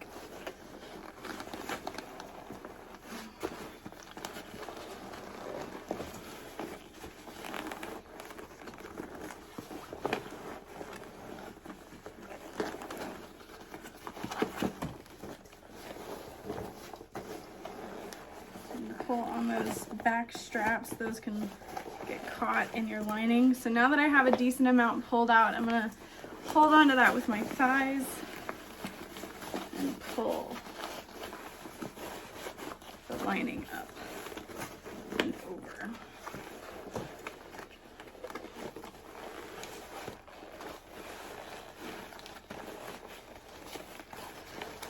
Whew, we did it. Almost there.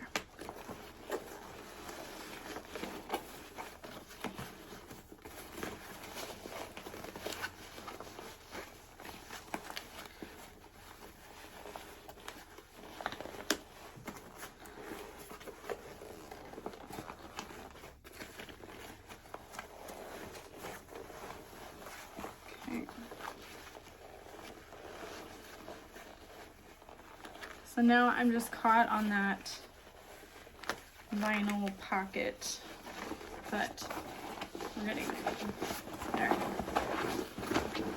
And I'll open my zippered pocket just to make sure it's open, and we're gonna push out our lining completely.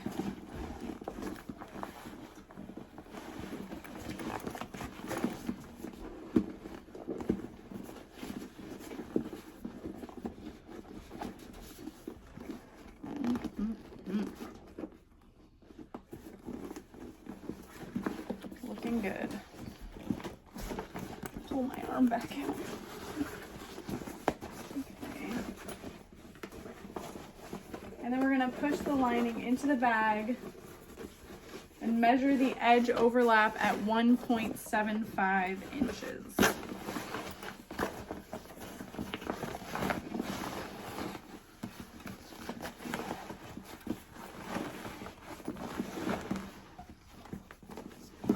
Remove these clips now.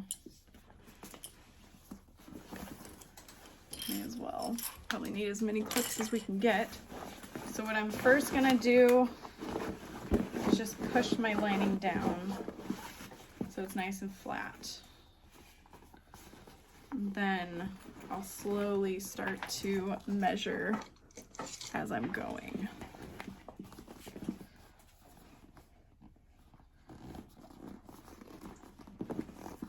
Tuck the lining into the bag and measure the edge overlap at 1 3/4. Okay, that's pretty far. I just want to do 1 1/2, but then your bottom isn't meeting the bag. I'll turn it in a little bit more.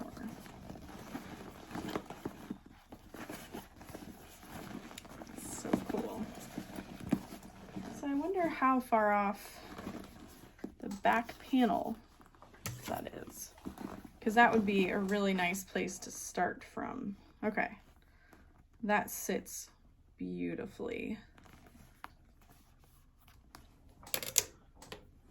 So I'll start there.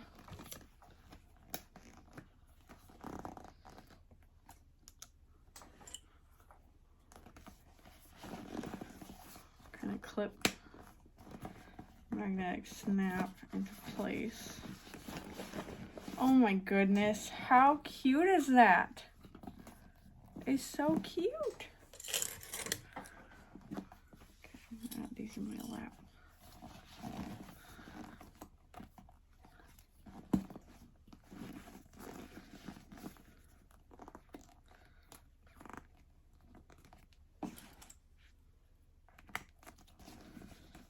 And another great thing about the way this is attached is top stitching this.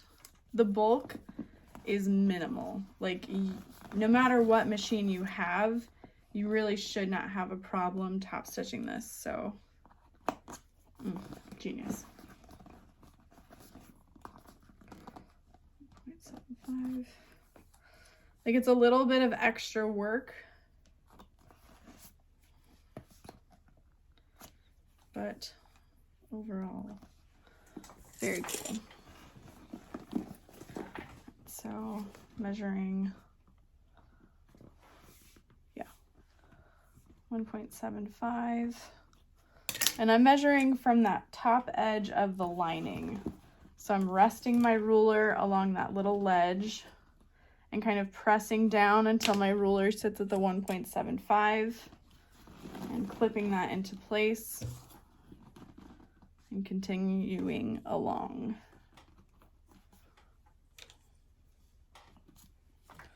All right. And then you can kind of push your lining in and you can feel the bottoms are touching. Feels very nice.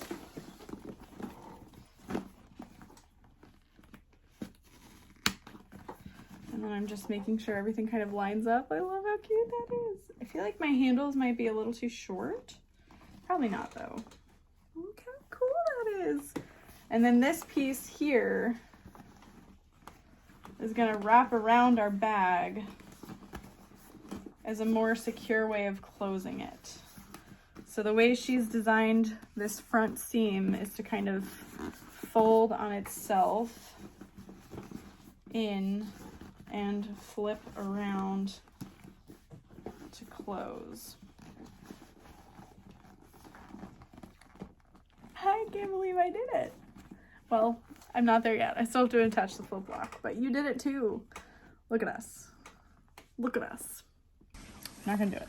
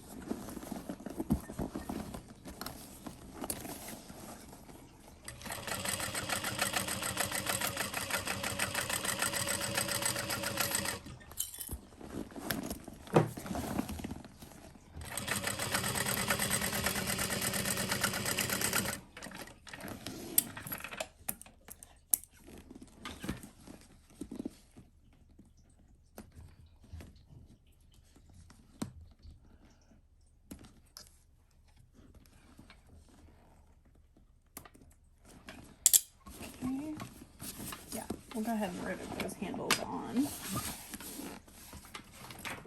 So I'm just gonna follow the pattern instructions for that and make a little mark up here.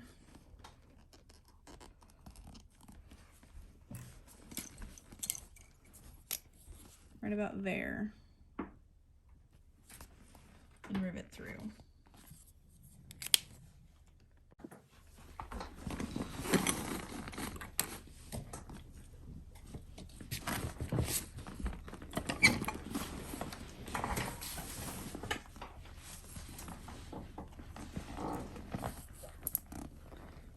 And that'll go through the back there. And then put the cap on. And set it. And then you're just going to repeat that for all of the straps.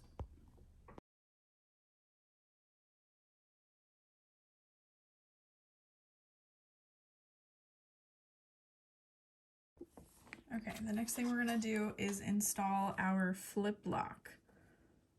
So I'm using the back piece to mark out the cutout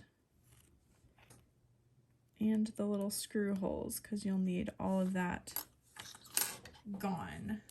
Now you can use scissors or an awl or your hole punch to kind of help you with that. I think I'll go ahead and use this hole punch for the little screw holes, so I can get nice and exact where those need to go.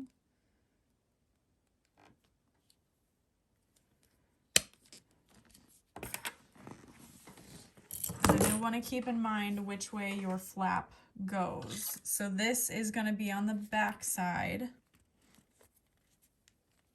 and this is going to be on the front side. When I started, I almost installed it like this, and I was like, oh, that's wrong. So make sure you're keeping that in mind.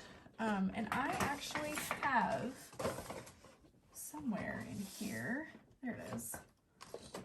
I bought this box of hole punch dies from Amazon 5 million years ago, when I was like, I'll start trying to do hole punches, and I never did. I really like to use these for ID slots. I think they're really cool for that. But yeah, we can use them on this. So we can find one that's pretty close. This one's pretty close. I could just take a chunk out of here and then move it up and take a chunk out of there. So you can use like a hammer and a little cutting mat with this, or I have the press plates from my friend Holly. I'm not sure if anywhere still offers these or not, but it comes with a little riser and a little chunk of plastic to keep it from cutting through. Not sure where I put that though. Again, I have not used these in 5 ever. But you can also just use like a little piece of cardboard, what have you. Yeah, I'm not sure where they are. I'll just be very careful. Or maybe I'll just use like a scrap of leather underneath it even. No, that would be dumb. Okay. So what we're gonna do is remove this insert, the little riser, and keep looking for this piece. No, haha. I have a little scrap of leather. This will be fine. Okay, I'll lay that down.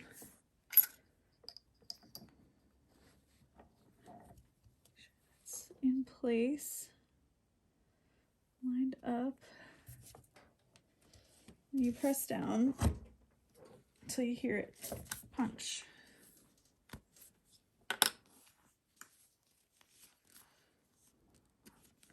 And then any excess you can just kind of trim away very carefully, or try to cut it again, up to you.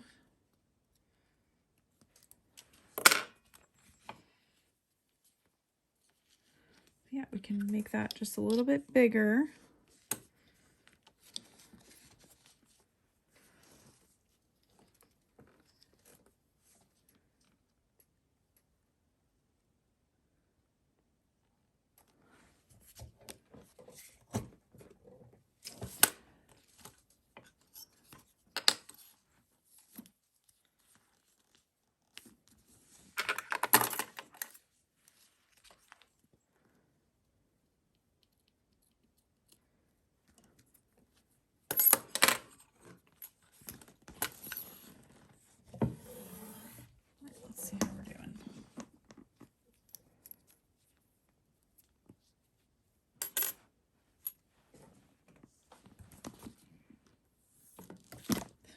Where did it go? Because you really don't want any of that vinyl to show through your flip lock here. So I need to get a little more room.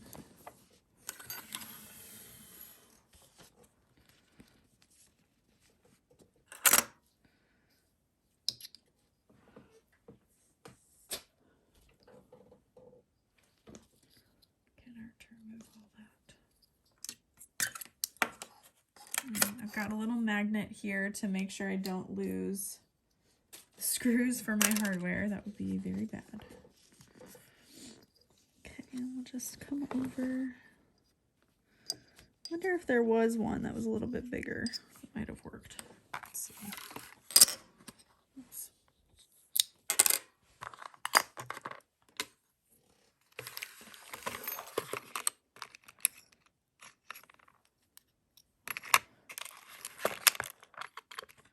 Again, this is one of the reasons I like never reach for anything like this. Oh, this one looks pretty good. Okay, so we'll kind of center this out.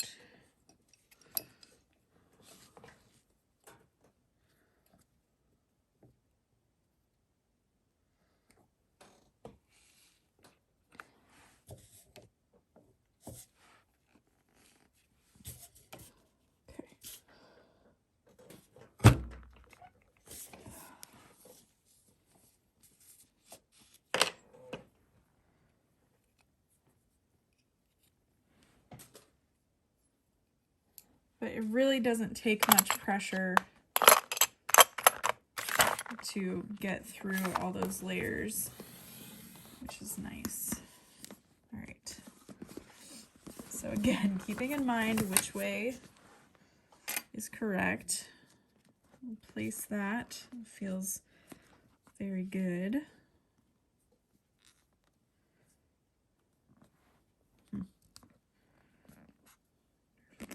Get around this. I'll repunch this hole. We're doing great. Good job, everybody.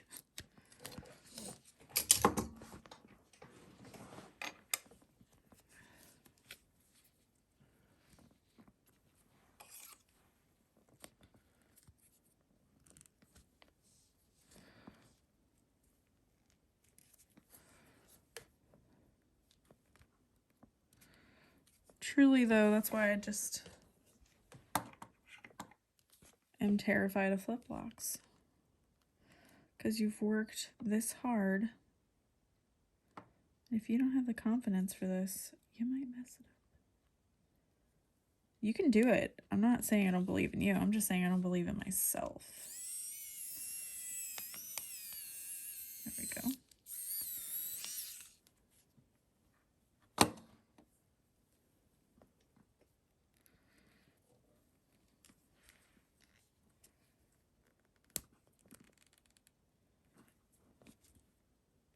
Okay, lining up that hole.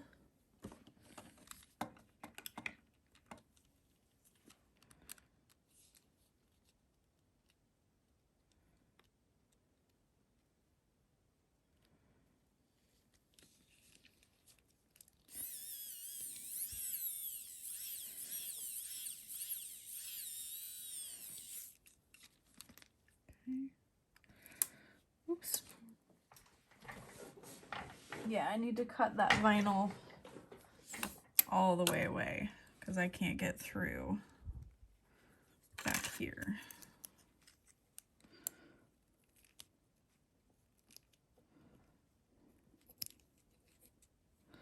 And mostly that's just because my vinyl is thick. So just keep that in mind.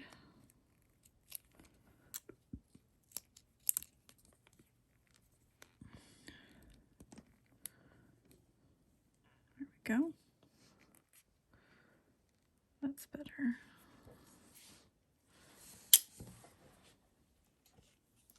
I will say I'm less scared of this now. Now that it's over. I'm not so scared.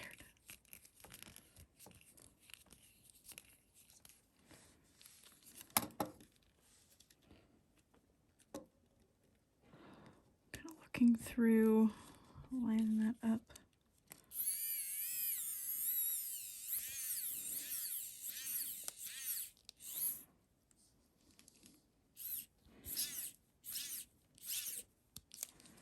Okay,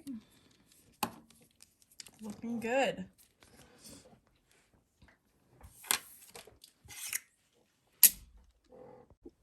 All right, and for the next part, we're gonna like, this is very personal in a way, so wherever it feels like it's going to fit best is where you'll put it. But you're just gonna kind of like line it up in a spot.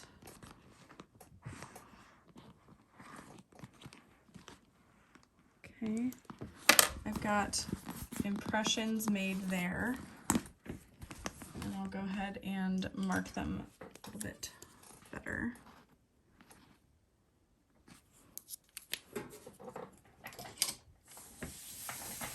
And it looks like it's gonna be at a bit of an angle, so that's good to know.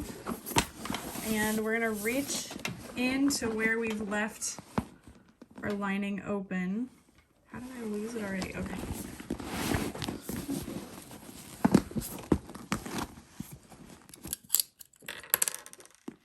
Open that up gently.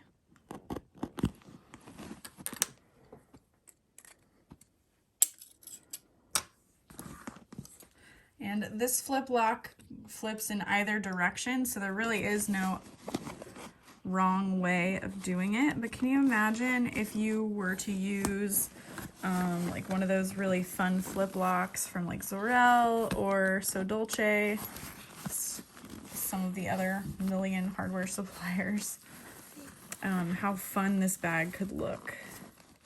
How much more fun, I should say. It already looks fun, but so we'll secure that with a little bit of duct tape.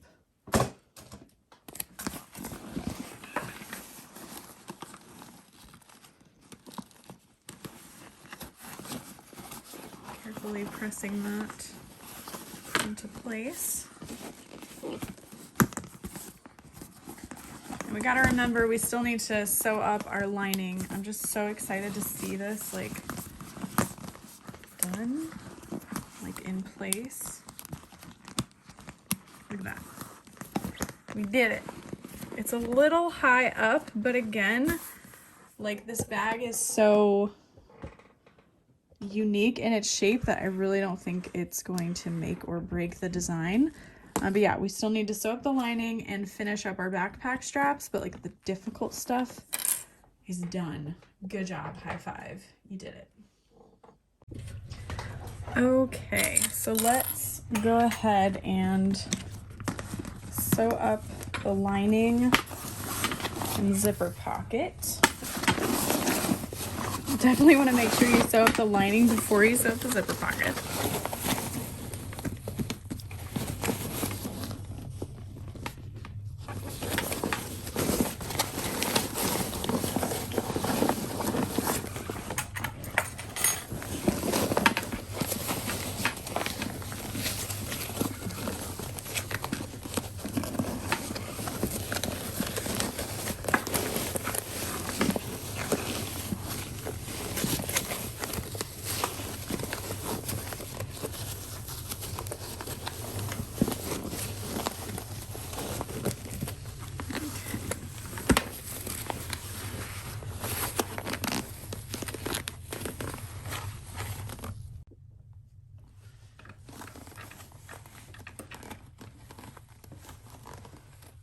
Start kind of in the seam allowance and work my way back in.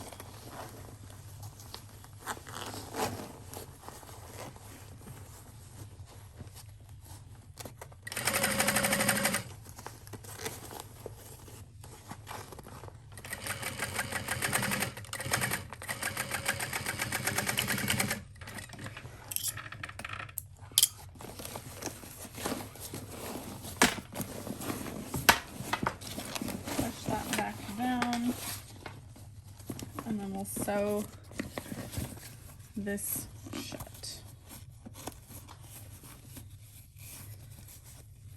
And then to add our slide adjusters, she uses rivets. I'm not sure if I want to use rivets or if I want to sew them into place. We'll see how I feel in a minute.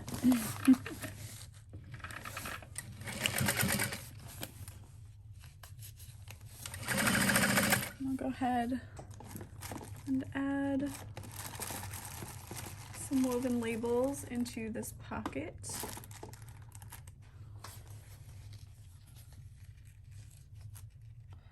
Oh, I should have added this to the inside of the bag, like where that other opening was before we closed it off. That would have been cute.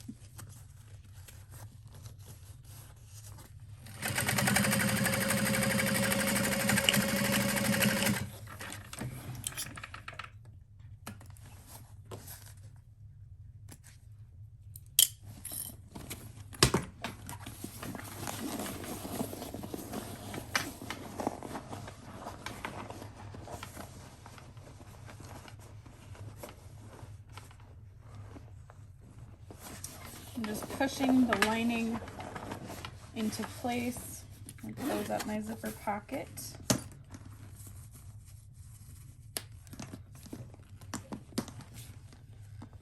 And then we will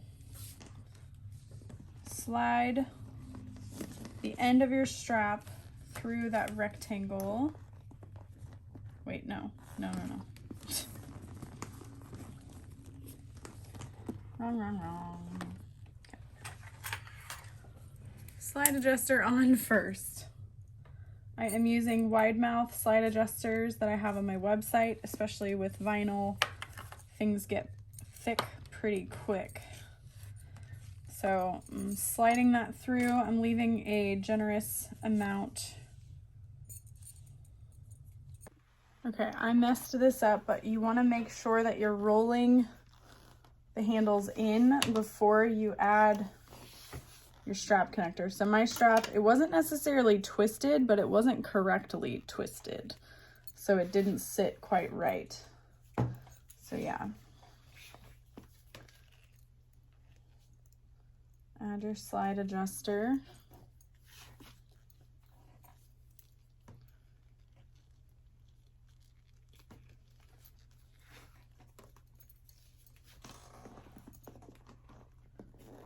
That through the back.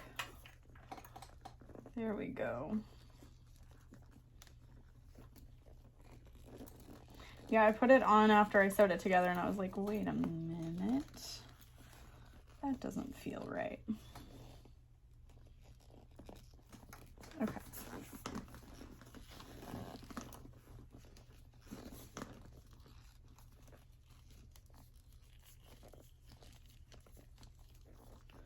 So I'm just double checking to make sure that nothing is twisted incorrectly. So you can see these are kind of folded down. And the slide adjusters are in the right spot. Now you can finish putting it together.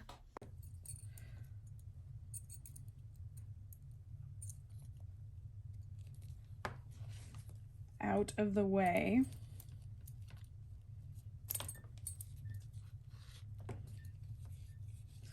Because then we're going to come underneath our back strap connector. And then you want to go underneath the slide adjuster and then back around on top of the slide adjuster to create your adjustable strap. And then this is where you would be riveting through,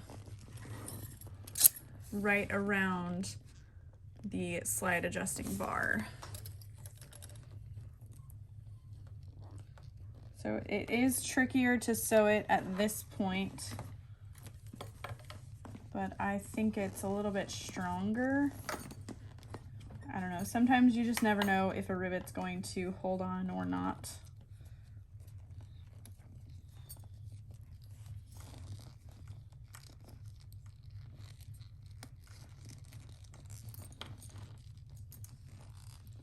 And I'm leaving just like 1.5 inches overlapped or so.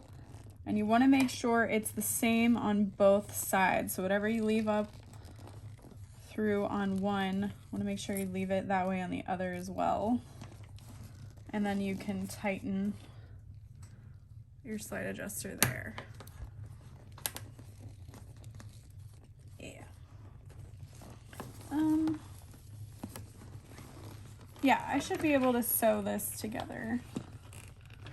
So I'm just gonna add a line of stitching here.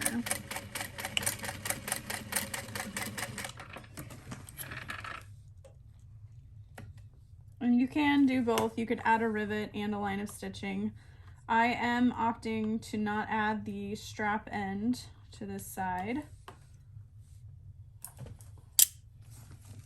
Well, to any of it really.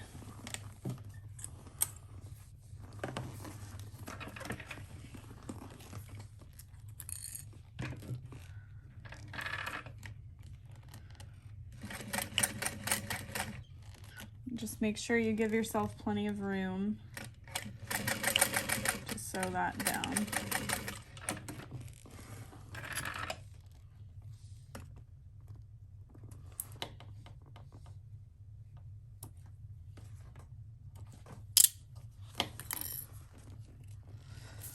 Okay, that's it. We did it. We're done. We did it. Good job.